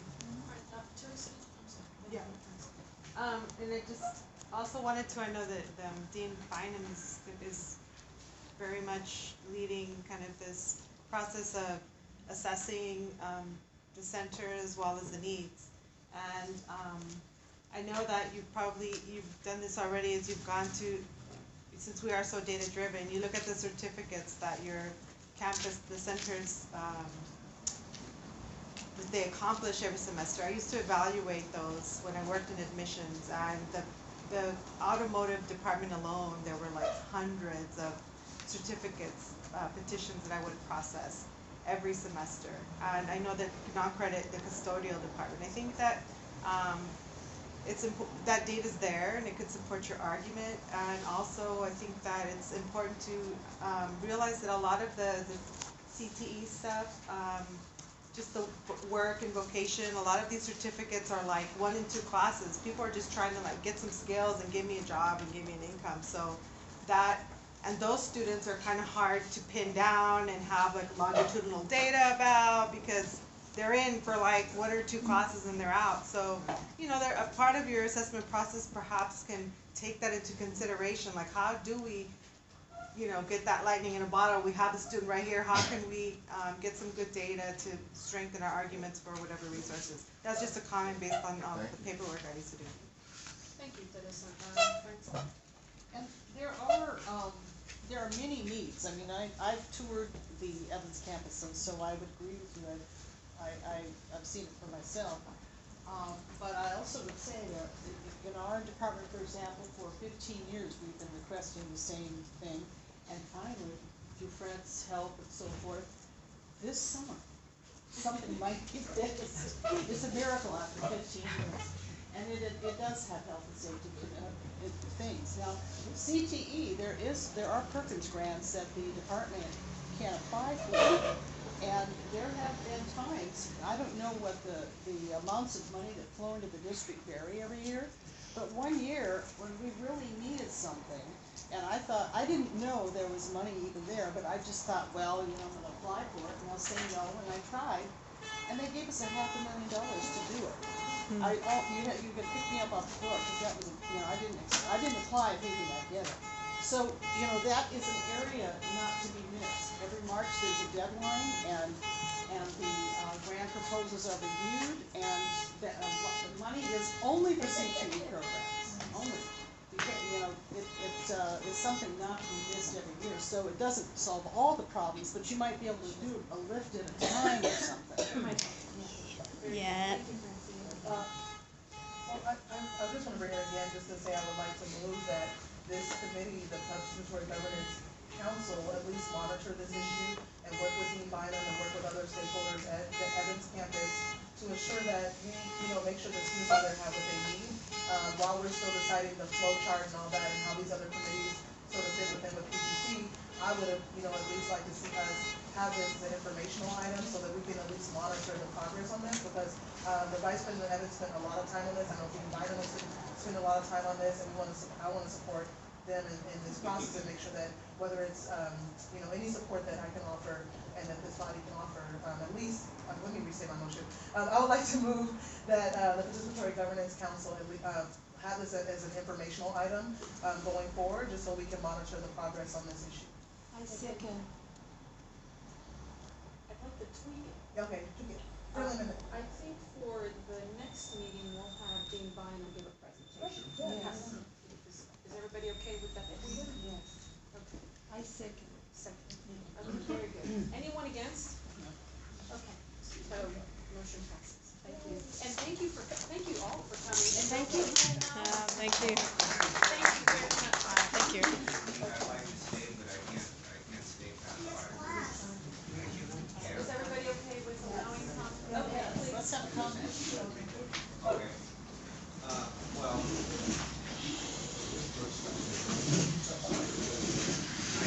I really can't add too much to what's already been said. I can only speak to what I see there.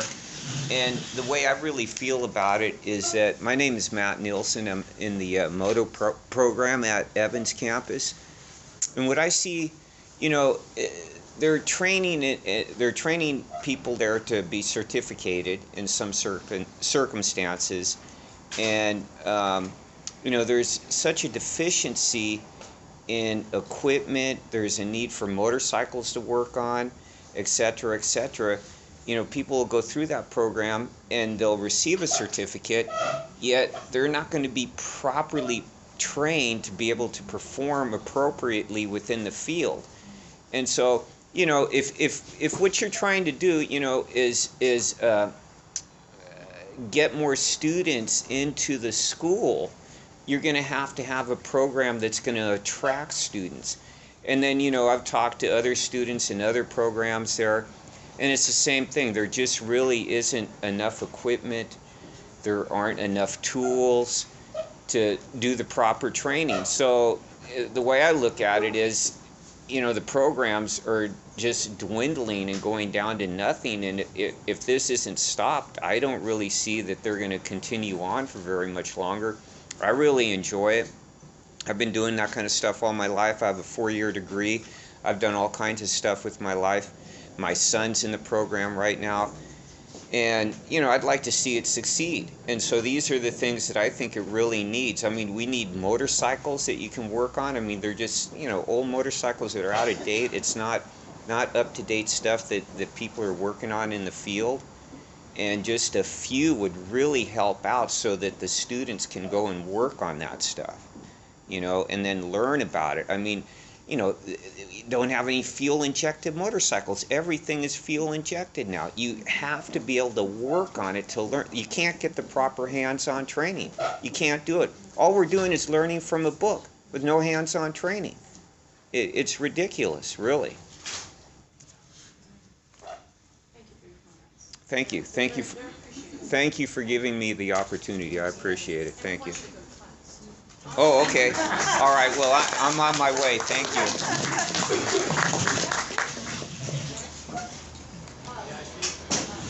Actually, yes, hold on, I'm gonna, public comment, I'd like to get along, so there's folks that are behind on the agenda.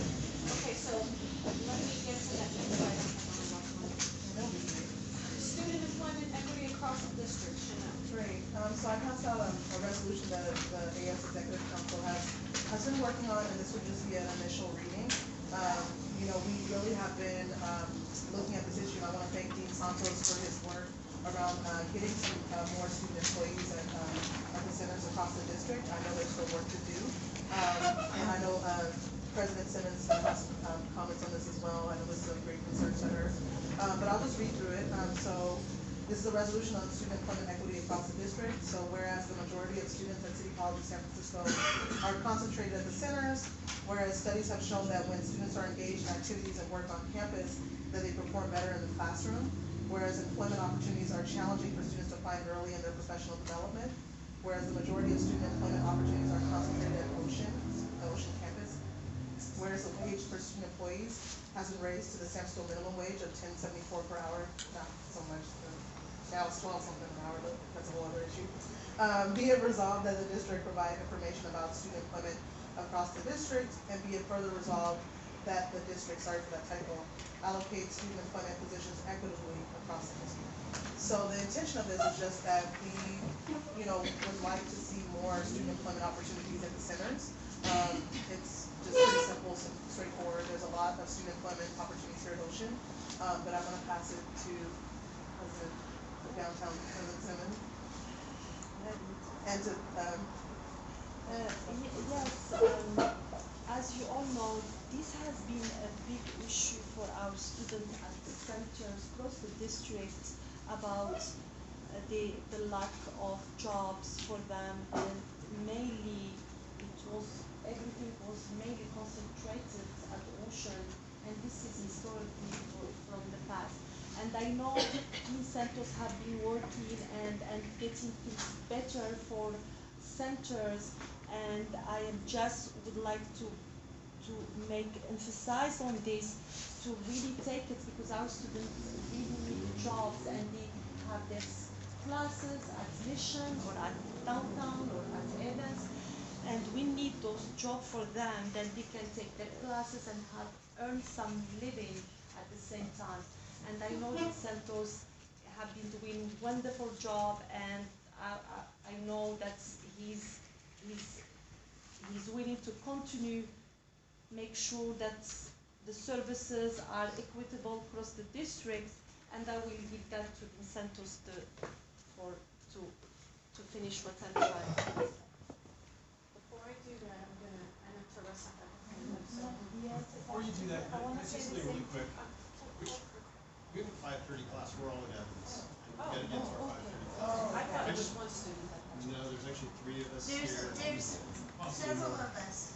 So we just came here to show our support, and I don't know if we can just like say that now, Is or. the council okay? Yes, Please, yes, please, yes. please. Well, You can do it from right there. so, I'm just started at City College.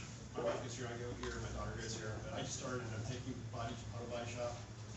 There's a few of us old guys that are there doing work on old cars, but the majority of the people there are kids, and I've just been really impressed with their involvement and their desire to learn stuff and to apply this. These are the youngs who are, this is what City College is all about. It's kids who are learning a skill, they're gonna go out into the world and get their job based on the skills. And, you know, that's right there, that's what's happening.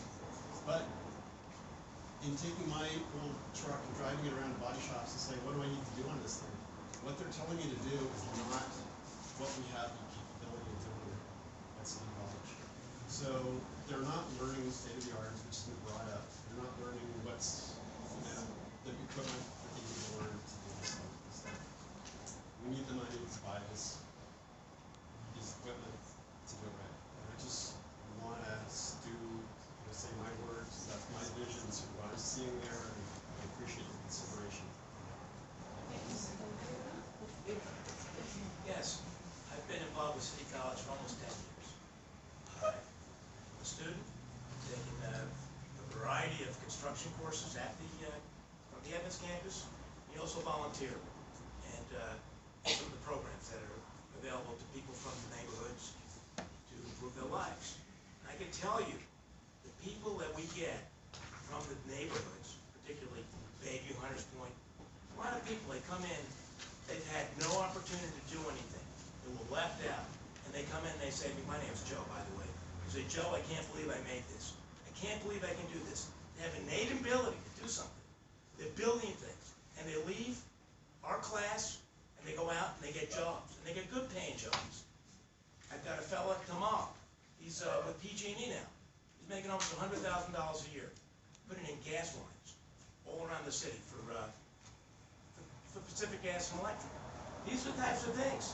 Now, he can come back to City College, have no debt, and he can take all the other courses, minority courses out of here.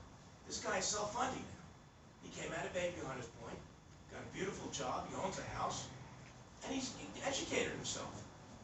Vocational training is something that we really need. I think everyone knows this. I've had people from Silicon Valley come and talk to me and say, how do we get people into vocational training? How do we get high school kids into vocational training? There's a very, very big interest in getting young people, high school, junior high school kids, into these programs.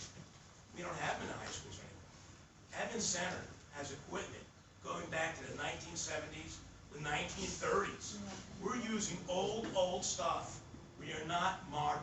We need to be modernized. And I hope that you people working with our dean will follow through on this, because we're at a dead end as far as we can see. We're not getting anywhere. So, are you going to help us? Can you help us? We're hearing your If I may add to that, this is how the STEM classes program is affecting us. We're cutting everything else to make sure we can just get math and science, and people like that are getting affected.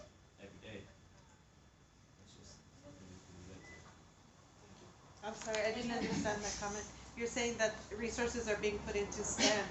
No, we're taking resources from everything, and we're not even really adding resources, we're just cutting resources. We're just making sure the STEM happens, and we're not really vocational training. We're not really doing much of anything to vocational training. All right, see, hold on, I wanna get all the students that have classes. Anyone else I'm missing? Yes, ma'am. Hi, my name is Melanie, and I'm a student at Evans Campus. And I just think it's wrong that I have to bring my own paper for the copy machine. That my teachers have to bring their own paper for the copy machine. That just seems wrong. And so if we're having to bring our own paper just to make a copy of what we're doing and what we're printing out, or if we're learning something on the computer, I mean, I've been in some of the automotive classes, I've been in some of the construction classes, and like everyone is saying, it's antiquated. We do not have the current tools that are in the industry at this time, and we're missing, I don't know how many people, we're missing the opportunities to train people, to get people into jobs, to be independent and self-sufficient. So, please, I have watched this campus disintegrate before my eyes. Please do what is necessary to get the funding appropriately channeled to the campus. Thank you. Yes, ma'am.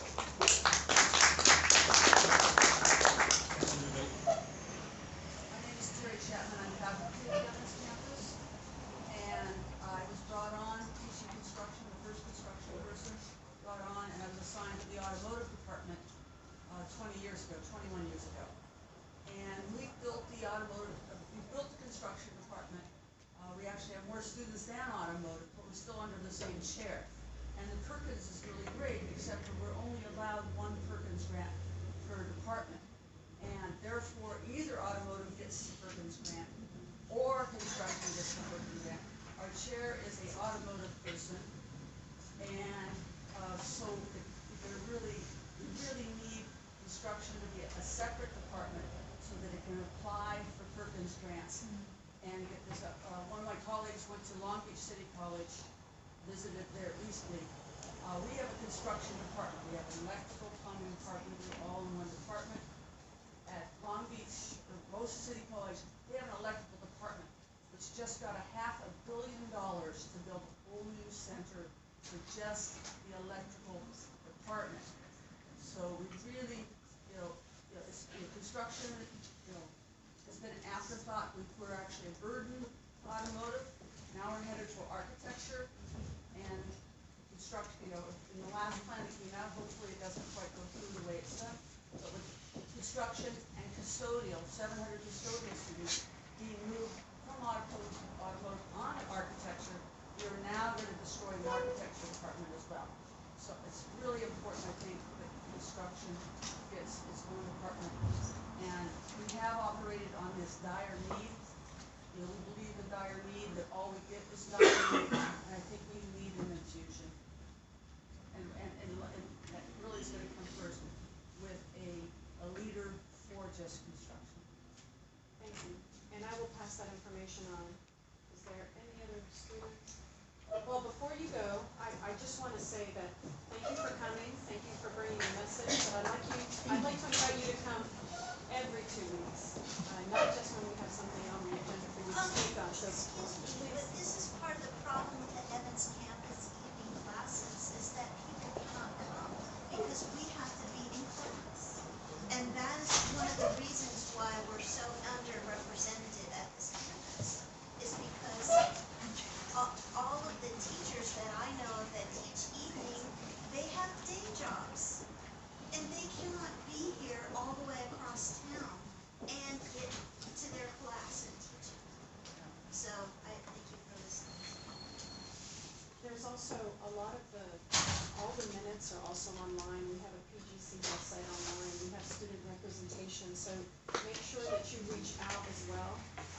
Even if you read the minutes, you can always get a sense of what's happening with PGC Council, and then reach out to the students, because students, the constituency of students are represented on the PGC Council. So work through your councils to get the information as well. But when you can, we'd love to have you. We will be here, we'll make our best effort to regain the representation that Evans has lost because of part-time instructors and the conflicting schedules. Well, thank you so much. Thank You you. will be seeing tomorrow. Okay, so next. I have two Oh, funding Francine, I'm ideas. sorry. One funding idea I have, I'm listening to all this, and I've heard in the Senate we're getting a pathways coordinator, and I don't even know what that really means. But is that pathways money, which might be considerable, is that eligible for some of these kinds of pieces of equipment that already have pathways? Or why are we inventing new pathways when we have pathways that are limping? It's just a question to explore. And it's a good question. Ron, do you want me to ask that now, or do you want me to bring that information back? I think it's a discussion to have among yourselves. The other question, another thing I'd like to point out, is we have just heard a very compelling argument for reconsideration of the entire proposed department reorganization. I hadn't even thought of the idea, as we merge people together, that we're losing abilities to get grants and things to support programs like what the instructor described with construction. So that's just another observation. I hope we can reconsider. And I'm not trying to move on, but we are at 5:40 and we still have some items, so Bushra, did you have some quick comments? No, just, I mean, our students at Evans are students that are underprivileged, and that the CTE program is something so important to them to better their lives, and we really need to look into this and solve this and have solution, not just talk, and we end up not doing anything. And especially with Dean Bynum, he has been working very hard, but his hands are tied. He needs support and he needs help, and please, I mean, take it as urgent matter, and let's move the ship. That's all what I'm gonna say. Thank you, Bushra. Okay, with that, we're gonna continue, we're gonna put this on the agenda item on the next agenda. And Dean Bynum will report on that. So with that, the next business of order is miscellaneous reports and updates. Ron, you got the next three. Let's start with 2014-15 budget update development. Can I have one question? But give 1 second. Yes.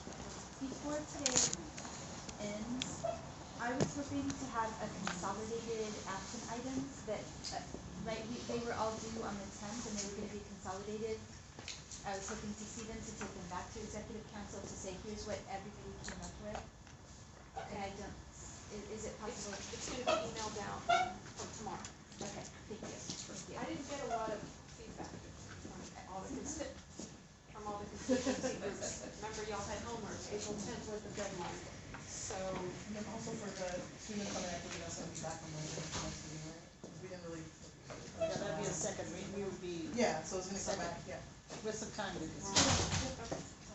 Do you want to? All right, let me keep moving on. Okay, Ron, sorry about Just, I'm not sure if someone's phone's up here. Oh, okay. I want someone to walk. It's recording. Oh, watch what I say. Okay, so the budget update. The current year, basically, we're spending within our budget, within our means. But really, what I wanted to talk to is where we're at in terms of budget development for next fiscal year. In the budget development calendar that's been through this committee a number of times, the next milestone or date on that is actually this Friday, where the budgets are supposed to be submitted, at least for the unrestricted general fund, within the Web 4 training that I know a lot of folks in here have been through. And really that what Web 4 is a online process for modifying and making requests through Web 4 to augment your budgets based upon what you've put in your program review documents. And I can't stress, the excitement that is behind that, because that module, that that software allows us to go through and electronically, in rather short order, go through and look to see where augmentations are requested. For example, Evans, as we're talking about now, match up what's been submitted in Web 4 with what's in your program review, and then easily extract those things out of program review with the dollar magnitude or the dollar request in Web 4, and in a manner consistent with our process, then go through the prioritization in terms of funding and fund as many priorities as we possibly can, given the finite dollars we have. So we are on track to do that. The other important piece of that too is the work that Katrin is doing in terms of implementing or spearheading the efforts to implement Curricunet, which is really going to, once that's done, integrate with whatever we're going to do in Web 4, so that the entire process is electronic and efficient, or at least more efficient perhaps than what currently exists. So that's where we're at in terms of our budget development process for next fiscal year, and stay tuned. After this Friday, we're anticipating, similar to what we did here last year, in this group last year, holding a budget forum either in the first or the second week in May, for, again, consistent with what we did last year, for a college-wide dialogue on budget, what the proposed 15-16 budget looks like, based upon everything being submitted, again, by the end of this week on the 17th. So stay tuned for those dates. Also wanted to, I don't see Fred in here, so I'm going to talk for a few more minutes. Encourage everybody, I know Susan wasn't here to report out on the Enrollment Management Committee. I will probably do a poor job filling in for her. I'm on that committee. We met today before this committee at 2. And really we're excited about the number of colloquies. Yeah, tongue-tied, sorry. But you get it. That are scheduled going forward, the first of which is tomorrow, Friday, the 17th. And that is based upon or focused on enrollment management and the integration of enrollment management with budget. So looking at next year's budget and tying all that to what it means, well, put it in perspective. Right now, in the current year, we're in stability funding about 9,077 FTES, which essentially means that we have fewer enrollments now than we do or did in fiscal year 12-13. The decrease is about 9,000 FTES. The dollar magnitude associated with that is about $38.5 million. So really the focus of tomorrow is bringing all that information to light, having a deep discussion about it, and tying together the discussion with increasing or restoring enrollments to budget impacts. And we're hopeful that through that dialogue and discussion, it will then kind of feed, or the beginning of feeding, the discussion of updating our 8-year budget plan, which I know has been on the mind of all lately, and continues to be on the mind of all, especially given the enrollment environment and the fiscal consequences if restoration does not occur. So that's the colloquies. I wish I could say that. Tomorrow, my shameless plug for it. I think that is it, unless there's any questions. It's from noon to 2. So we strategically put it right before Gohar, so those that have the stomach can go to that, and the stamina to go to that, and then go directly into accreditation. And where? Wellness 103. I have a question for you. Yes, sir. So you're saying that for about every 10,000 students that we lose at the campus, we lose $40 million in funding? About. Approximately. That's a lot of money. And what is the enrollment? Where do we stand in terms of total enrollment number? Right. So, great question. As of January 15th, when we did our first enrollment report to the state, we reported 23,544 FTES. Mind you, we're being funded at $32,621. This week we prepared to submit our second enrollment report due to the state, and it's approximately unchanged. It's approximately the same. So between January and right now, it's been relatively flat. We haven't decreased significantly, nor have we increased significantly. I will give you those numbers with the caveat that there are certain FTES or certain enrollment that has not been factored in related to positive attendance classes. The grade or the roster sheets simply haven't been received yet and input into that figure. Typically, those positive attendance classes are somewhere between 300 and 500 FTES. So we think that it will go up from the 23,544, but we won't have a concrete figure until the end of our year, our fiscal year, which is June 30th, which will have more numbers, more concrete numbers in July. Am I hearing you right? 23,544 full-time? Equivalent students. So that's for all the campuses? You are hearing me correctly. So how does that stack up to say before the crisis with the accreditation reared its head? Well, see, How much did that hurt us? now you're still in the thunder for tomorrow. This is all information. We want to have this dialogue tomorrow. Not necessarily to dodge your question. Well, in 2011-12, we were in excess of 37,000 FTES. Tomorrow we will talk in depth about the 5-year trends, not only for us, but the Bay 10, some of our colleagues that surround us as well. So I'm hopefully giving you little morsels that'll get you to Wellness 103 tomorrow from noon to 2. Any other comments or questions? Yes, ma'am. I have a question that was given to me, and so I'm going to read it for the budget person today.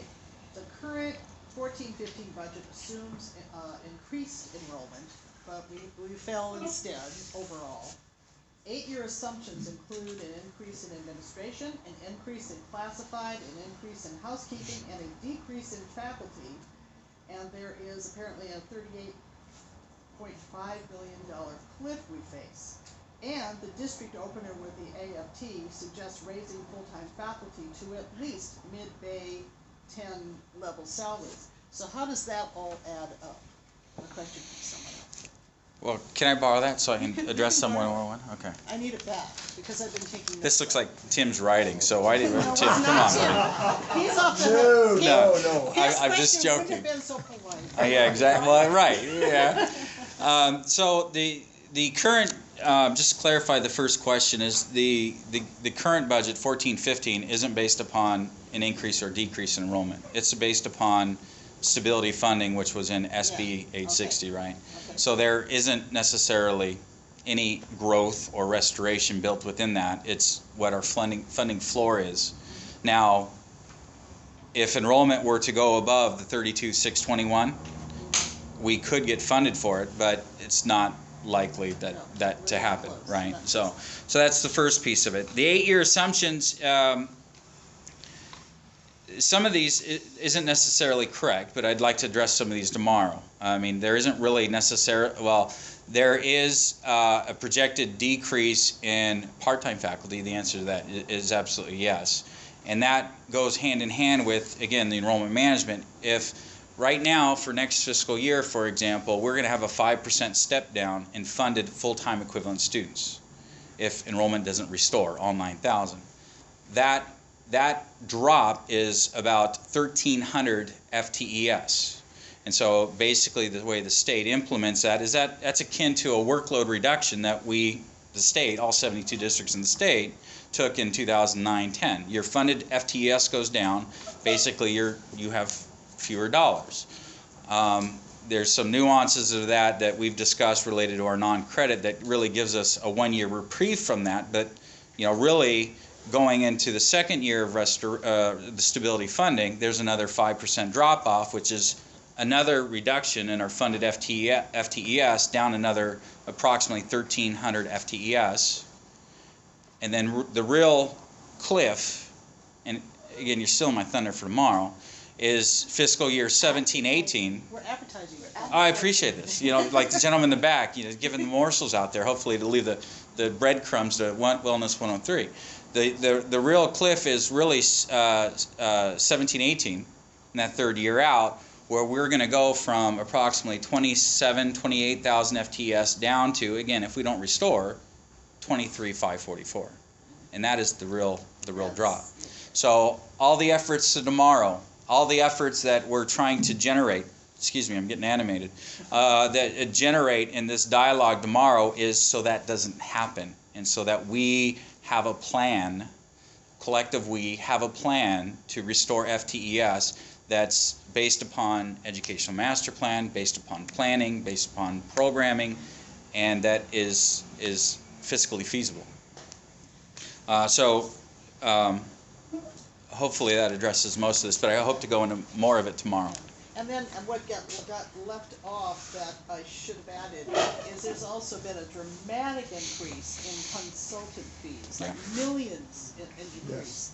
And I'm just thinking of all those millions going into Evans campus would have been a nice thing. I mean, I'm hearing, you know, I think we need to really consider our priorities. I know we need some consultants. I'm not saying no consultants ever, but it's been literally, you know, a huge increase, more than I've ever seen in my many decades here. So it's just an idea to consider. Yeah, I guess I should address at least, since you said it was in my handwriting, although it's not. It's not here. Yes, there's been a tremendous increase in consultants. It's going to be budgeted for over $4 million, and a few years ago it was about $700,000. But you should also know that there's been increases going into the reserves as well, and we are right now at 12.9, is that correct, this year of reserves, even though the district's goal had been about 8 to 9%. And so that's hopefully going to be one of the things that's addressed in the 8-year plan as well. There's reserves that would go somewhere between about 16%. If it was still in the current plan, it would be around that. So those are some pots of money. And also just wanted to let people know that in the district's opener, they didn't make it, there's no concrete proposal on the table to, you know, offer us to the Bay 10 median.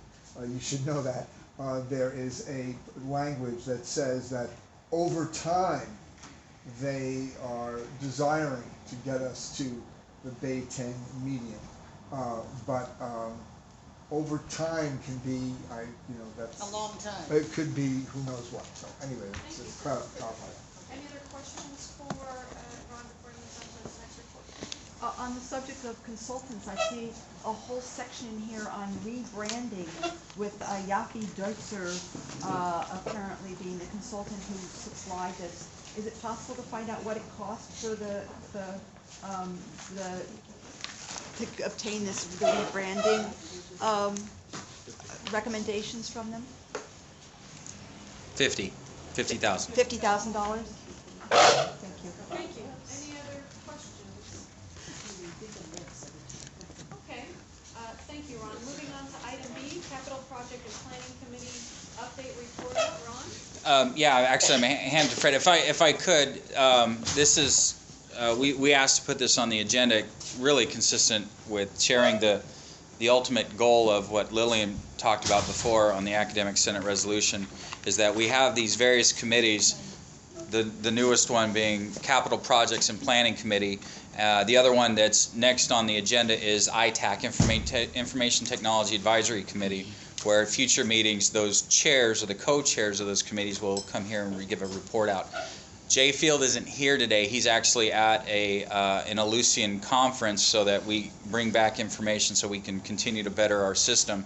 So that item, he'll be here at the next one. But just to give you 2 points of bring back of what ITAC is discussing, and again, probably do a terrible job at doing it, replacing Jay, is that they're looking at or having conversations right now of updating the Information Technology Master Plan on and how to do that, as well as having discussions, more discussions of IT refresh and update and how to plan that out. Those discussions are occurring organically because of timing, but also are convenient in terms of coming up on our self-study in standard 3C. So, Fred? Thank you. Good evening, everyone. Couple of things on our new committee to report.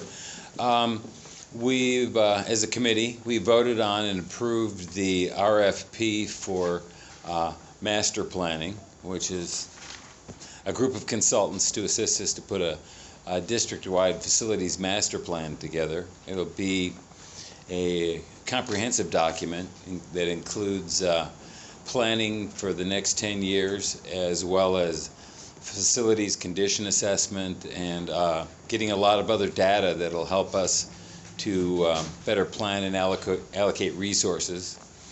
You know, Evans is a good example. I've been down there, and it is quite dingy, but nowhere in the district do we have a good database or information. I mean, you could ask me, or you could ask Scott, or anybody, how many doors do we have in the district, and what are the condition of them, and how do we, if we get money to fix those, how do we allocate those?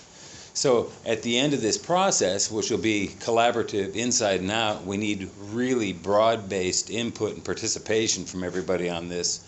We'll have a really usable document that will help us maximize the effective use of our resources, plan going forward, and provide a better environment for our students. Second thing we did, we went through and made some modifications to our bylaws, which we voted on, and I circulated a draft of those, and we're going to adopt those at our next meeting. We're meeting every 2 weeks right now because there is so much going on. Everybody's invited. I would like to see more people attending. Third thing, we're going to be doing some 2 training sessions at this time. One will be on the capital planning process in the California Community College system, and the other one will be on what they call total cost of ownership, which is what I alluded to before, of really understanding your facilities, the condition the facilities are in, and being able to put the money where it really needs to go and make decisions quickly. And that's about it for us right now. We'll have more to report as we go forward. Any questions? I'm really glad to hear that the committee is voting on these things. I think that's really great, especially for putting together the governance thing. For your committee rules, I'm not demanding anything. I'm making a notice that for the academic senate, for our committees that are attached to us, we actually look at their committee description and approve it, right? Like making that connection between what they're doing, what they say they're doing, and what we acknowledge that they're doing in connection to this. So I realize we would be happy to submit them to this committee. Oh, I have one other piece of good news that I would like. Oh, that's okay. Go ahead. We also elected a co-chair, Andrew Chandler. He was a little coy, but he finally agreed to be the co-chair, and he was elected unanimously. So I think everybody on the committee was pretty happy about that. So, okay, that's sorry. Oh, so actually I have one piece of information and then one question. The piece of information is the committees that PGC already has do have descriptions. You can find them on the PGC website somewhere, and you could use that as a model for writing one for your committee. Ours is pretty well developed. You already have one? Oh, okay, good. We just made some changes. For instance, we added, and I'd like to submit it because I do like collaborative process, and I do like more people looking at things. You tend to make actually less mistakes or missteps. We added the capacity for us to put together subcommittees that would advise us, like on a special thing that we may not have time to really fully investigate, get the data out and stuff, meet with other constituent groups, and then report back to the committee so we can take that up the chain and introduce it into the collegial consulting process. Oh, yes, and this, my question is this. I've heard different numbers given as to what the total amount is that City College would need to spend in deferred maintenance. Actually, at one time, there was a $1 billion figure going around, which turned out to be totally imaginary, but it had got into many official reports and into the newspapers. Most recently, I've heard that it's 1/3 of $1 billion, but I don't know, again, is that accurate? What is the basis for that? Can you tell me what the accurate number is, and also where would we find I'm sorry to say, our previous experience makes us a little distrustful, so where would we find the evidence that that was the real number? And if you would like, I could expand on this with the evidence and stuff at the next meeting. Well, or in writing would work. And I'll bring it in writing as well. Okay. But that was a number I put together primarily, but not completely. It was based on the work produced by your work group number 8, I believe, in the accreditation process early on. You had a group of people putting together numbers that they were trying to address total cost of ownership. Okay. Then I looked at the State of California Facilities Condition Assessment and looked at where they had us pegged. Now, I believe that number is actually understated. The state uses what they call a straight line depreciation of condition, and that's not how buildings work. They're a curve, and as they get in worse condition, they accelerate in deterioration much faster. When I mentioned that number, I think it was 328 million or something. A lot of people were under the impression that there was $1 billion backlog on deferred maintenance. But in fact, what that $1 billion was it came out of the governor's office, and he had targeted projects to try and relieve some of the backlog. And the legislative analyst's office put that number out. It doesn't represent all of the deferred maintenance, or what we call capital reinvestment renewal, which is, the bigger projects. It's primarily the smaller projects. So that's a portion of the statewide total. Right. But we're not the only school that is behind on these numbers. And if you go, I've been meeting with the Planning Commission, and they're looking at what we're doing here, and they're quite interested. And they have a much bigger problem in the city of San Francisco facilities than we do. So. Thank you. Thank you. Any other? Okay. Anything else? Then I'm going to keep moving right along. You got it. We're working on it. Okay, next is the Information Technology Advisory Committee. Ron's out there. You already said They weren't coming, okay. Pam, did you want to talk about the institutional effectiveness framework? You want to come up and give and there are some handouts in here that I provided for the group. I'll have that. I know it's late in the day, so I will try to keep this brief. So at the last PGC, I believe Lillian had mentioned, and she might have even mentioned it actually at a PGC before then, so you've heard this now, this will be the 3rd time, that the state is requiring all California community colleges to develop performance indicators in several different areas. And this year, all colleges are required to address the same 4 areas, and we're required to do this by June. So we're on a tight time frame. However, they did pick what they thought would be the easiest ones, the easiest 4. So we'll see if that in fact is the case. So it's part of the materials that you all received. Right here where it says California Community Colleges Institutional Effectiveness Framework. And you'll see here the materials that were sent as background materials, so you can read through all of that. This is, in fact, this last link here has the numbers from the previous 5 years, and that's where we'll submit our goal. The thing I wanted to focus on today was just the process that we have drafted and outlined for how to actually go about setting these performance indicators. And this is based on both in-person and asynchronous discussions between Lillian, myself, Susan Lamb, Ron Gerhard, Gohar Momjen, and actually Jesse Lee, one of the center deans, had attended as well, the workshops held by the State Chancellor's Office on what it is that we're supposed to do, and then we conferred about, well, what does that look on the ground here at City College. And so you'll see that I'm checking off part of this timeline here today, which is to share this timeline with you and make sure that you're aware of these materials and aware of this process that's unfolding. And we'll have that same conversation with Academic Senate on the 22nd, and in fact the Planning Committee had this conversation on Monday. The 4 areas where we need to set the indicators, our performance goals, are course completion, accreditation status, fund balance, and audit findings. So those are the 4 areas. And what's proposed here is that they would each have a slightly different process because they have different stakeholders. And all of those would come back to this body before being recommended to the Chancellor and the Board, and ultimately submitted to the State Chancellor's Office by June 15th.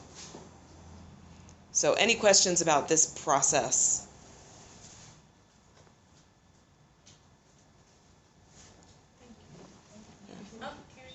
Yes. When this information is presented, and I may have already asked you this before, I fully understand that ACCJC wants some of these numbers in terms of actual numbers. For instance, the number of I don't remember what it is, of degrees granted, right? But particularly with our enrollments changing, when that number is presented internally within the college, if you could give it as a percentage of FTES or a percentage of head count or something of that nature, the number would be a lot more meaningful to me, and also would help me to see whether we're actually making progress or not making progress. I can't really tell when the enrollment is fluctuating so much what number is actually what. Right. So what Karen is referring to are the standards that we're required to set for ACCJC. This is actually a different set of progress indicators for the State Chancellor's Office, and there is some overlap between them and some distinctions. And so I do think it's actually helpful to think about the two of them together to some extent, to know, what we're doing overall in terms of standards, which are minimum acceptable standards. We can choose to set aspirational goals, and these are slightly different. They really are framed more as goals. And so, folks, between now and the next time this comes back to PGC, certainly welcome to take a look at the materials from the State Chancellor's Office. Here you can see, at the risk of getting too detailed at 6:10 p.m., this is what our historical trend lines look like and what the State Chancellor's Office is asking us to do in terms of goals. So, for example, audit findings, and that's really great. No audit findings. Our goal, the State Chancellor's Office is suggesting, we should have a goal of no audit findings. Hopefully there's really no dispute about that. Similarly with accreditation status, right? Accredited, period. That's what we want. No modifier, just accredited. And they're basically suggesting really all colleges should aim for just accredited. We don't want to aim for anything short of that. So the course completion will require some discussion, and perhaps the fund balance will require some discussion. Some of the upcoming items in future years will certainly require more discussion, and there are a few colleges that are actually tackling all of them this year. So it'll be interesting to see, and we'll certainly track how they approach those conversations. Because getting into future years, some of these will be, more invigorated discussions will ensue, I suspect. Any questions? Pam, thank you so much. Our last update, branding concepts, Hamilton.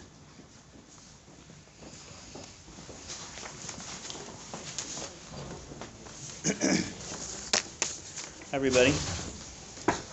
Try to not take it too personally that there's almost nobody left in the room at the moment. I know as Pam said, it's getting late. I'll try to be efficient, and we'll try to be efficient in our presentation. In a moment, I'm going to ask two folks from Yaffe Deitzer to come up and do a brief PowerPoint overview of some ideas that we want to introduce to you and to the community. First, I just wanted to make a few introductory comments. As you may recall, about a year ago, we actually hired Yaffe Deitzer to help us facilitate a visioning process for the institution, which I think some of you participated in. And in this process, over 100 of our colleagues from all constituencies participated in 3 half-day workshops.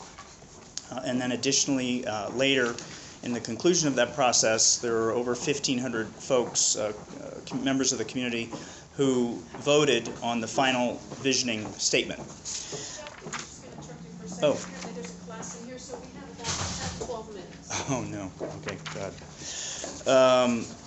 Talk really fast. So the visioning process, at the conclusion of the visioning process, the Chancellor requested that Yaffe Deitzer do a kind of audit and review of our branding and our logo and our identity. And the goal was to use the data and the information and the insights from the visioning process as a foundation for producing a new look, either producing a new or refreshed brand and logo and look. So while we're still brainstorming about some of these options, we wanted to do kind of a preview for you here today and present some of our initial concepts. As you know, we currently have 2 logos. We have the square City College of San Francisco logo, and then we also use the CCSF seal. As some of you may also know, we have a number of other iterations and variations kind of randomly in use. At the moment, these logos are used interchangeably or sometimes not at all. And while they have a certain level of appeal, we currently lack, I think, a coherent approach for how we present our mission, our identity, and our brand to the community and to the world. So, for example, we lack a style guide and protocols for how we apply and implement our logo. This problem, as you all know, I think, is compounded by the lack of internal marketing and design support. So, for example, our departments, our administrators, our center deans lack the tools and the resources and staff needed to implement and improve on how we promote our enrollment, our programs, our services, our centers, and our campus life. Under normal circumstances, and I've been through this process myself, we would participate in a particular kind of process, the outcome of which would be either a new or refreshed look and feel and identity. However, as was indicated most alarmingly by Ron's report, we're not in normal circumstances. We have an urgent need to recover our enrollment and demonstrate that we're strong, we're accredited, and we're making a fresh start.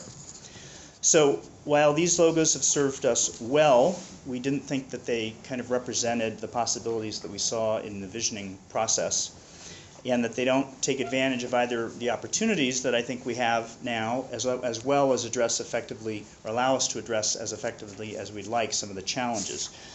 I think on the opportunity side, we have here a vibrant economy with a business and community partners who I think have a renewed sense of our value to the community after this crisis. It's sort of been a wake-up call for a lot of those folks. We have also across the country middle income and upper income people even questioning the value proposition of education today, including the president calling for free college tuition for community colleges. Of course, we still have many who lack access to affordable education, who need us.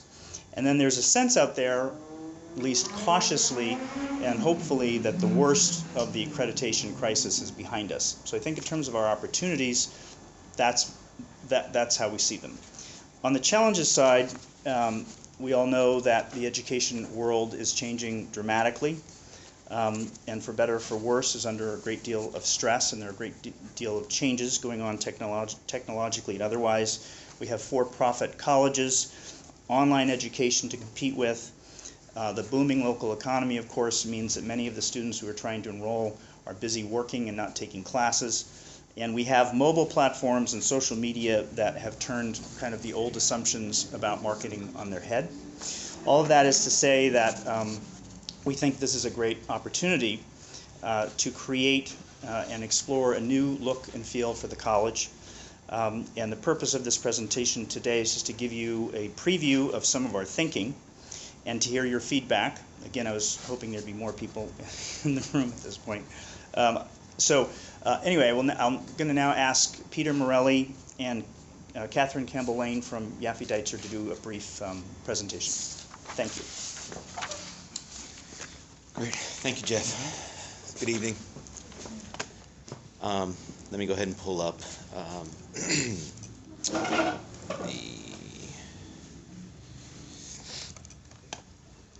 presentation here. Can I ask a question while you're putting that Yes, up? please. So what I didn't hear in the introduction was that you've done focus groups or some other way to determine that changing our branding is going to increase our appeal to the people we want to get into classes. Has that been done? Well, as I said, that's part of what the visioning process was about. And that's part of what we're researching is what are the possibilities and opportunities of enhancing our look and our identity. So that's part of what we're doing. So it hasn't been done yet, but it will What be hasn't done. been done yet? For instance, when we went out for a parcel tax, people were phoned and asked questions. Would you tend to vote this way or that way, right? Same thing. We're trying to get people to enroll in the college. The question is, will they be more attracted if they see a new logo, or would they be more attracted if they thought reassured that, oh yes, it's City College that we've known for many years? Well, that's what we're in the process of finding out. I don't think a logo is simply one tool in a toolbox of many, many different elements. And as I said earlier, I don't think we have, as far as I can tell, a coherent way of, if you go down, for example, if you walk into Conlin Hall, there's a dizzying array just in one building of flyers, brochures, ads that have no coherent look or feel. That same thing is repeated throughout our centers, throughout the organization. And so people have a hard time even knowing whether or not a document or an ad or something they're looking at is in fact City College. So we've got a lot of work to do. This isn't the answer, but I think it's a beginning process of how we bring a coherent approach to how we talk about this institution in terms of marketing. Okay, and I'll be... By the way, I'm sorry, I meant to say a second ago that at the end, we're happy to entertain additional questions. Okay, and what I'm going to run through quickly here so we can get Catherine up to go ahead and unveil the proposed logos is really, and the work we've done so far we're referring to is the work we did last year in 2014, where we came together across the 3 workshops that Jeff referred to build the foundation. It's when we brought together students, classified staff, faculty, administrators. In fact, there were a number of folks who were in here earlier today, and some of you who participated in that work. And that work that we did really was starting truly at foundational levels of understanding, as we see up here, what we boiled down to the top organizational identity statements of who we are, okay, such as student success. And you guys have this in your packets, and this is a lot of the work that we have put out there through that whole process for you guys, for everyone to review. And then we tackled purpose, why we exist. Then we dug into core values, and the idea behind doing all of this work, yes, it certainly was to get to a vision, final vision statement or draft vision statements, which then we did put to vote, had a great response. in that voting process to come up with the final vision, which I'll run through here quickly. But the reason we did that, that's more of the organizational foundational work that allows us to really understand and reassure who we are, so that it goes into and informs the process we're now going to go through, as Jeff said. Then as I mentioned, the finalizing the vision statement, that once we, by the third workshop, had whittled down to the two final vision statements, we put it to a vote out to the whole of the organization. And along that way, and this was just something we put in here, was the most common words used to describe CCSF as kind of part of understanding its identity, purpose, etc. And that led us to what was the vision statement, which I know we've got to run here real quickly, but I'll go ahead and read it because I think it's very informative. That CCSF shall provide a sustainable and accessible environment where we support and encourage student possibilities by building on the vibrancy of San Francisco, and where we are guided by the principles of inclusiveness, integrity, innovation, and quality. Empowered through resources, collegiality, and public support, the college will provide diverse communities with excellent educational opportunities and services. We will inspire participatory global citizenship grounded in critical thinking and an engaged, forward-thinking student body. And this, vision statement was the work of the product of those 3 sessions, and lots of work on your guys' part to get to this. And then it was this foundation that we went into an assessment phase, and we did do some work. We did some anthropological research by some team members and colleagues of Yaffe Deitzer, who came out, toured the facility, did lots of research, archival data, looked at the campus and so forth. We did conduct some data analysis to really understand it from a community college perspective. We reviewed all existing materials and artifacts, as well as observational studies, and here are some of the highlights of the assessment phase. And that is, as I mentioned previously, that we did visit the centers and colleges and interacted with leaders and students at each of the locations in both formal and informal discussions. That we examined the artifacts, architecture, materials as part of the engagement, met with individuals and leaders, again, did the comprehensive material review, and then expanded a team of strategists and so forth. We came together, and basically is how we were able to then come up with what Catherine is going to go ahead and show you guys here in just a moment. And it was basically built upon our creative phase, which from the strategic and cultural work, the team began the creative phase. We studied typography options, studied color palettes, created multiple iconography approaches. We reviewed initial concepts with CCSF for additional direction. Multiple additional designs were developed. Concepts were narrowed down to 3, which is what Catherine's going to run through for you here. We'll go ahead and bring her up now so she can go ahead and walk you through.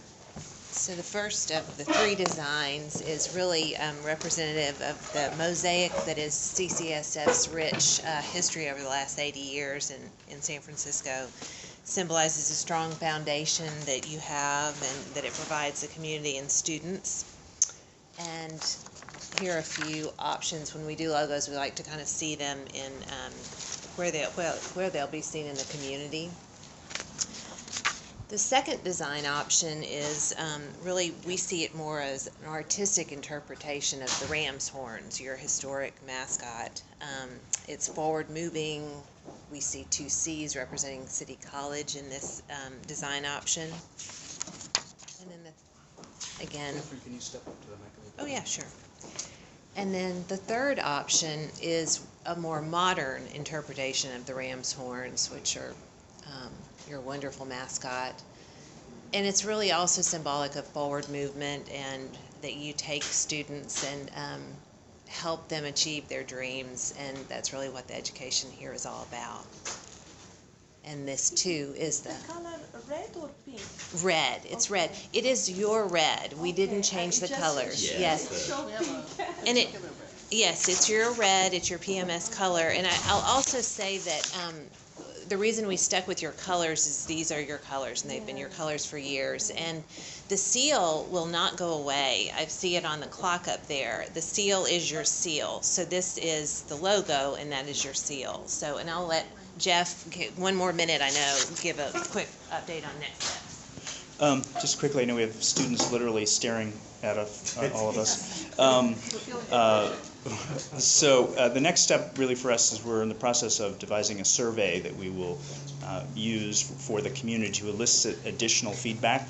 Again, these are preliminary ideas. I wish we had more time for questions and answers, but it doesn't look like that's going to be possible.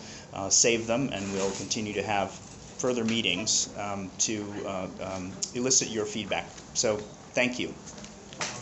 Thank you. Thank you. Thank you for being patient. Thank you, everybody, for staying so late. Meeting adjourned at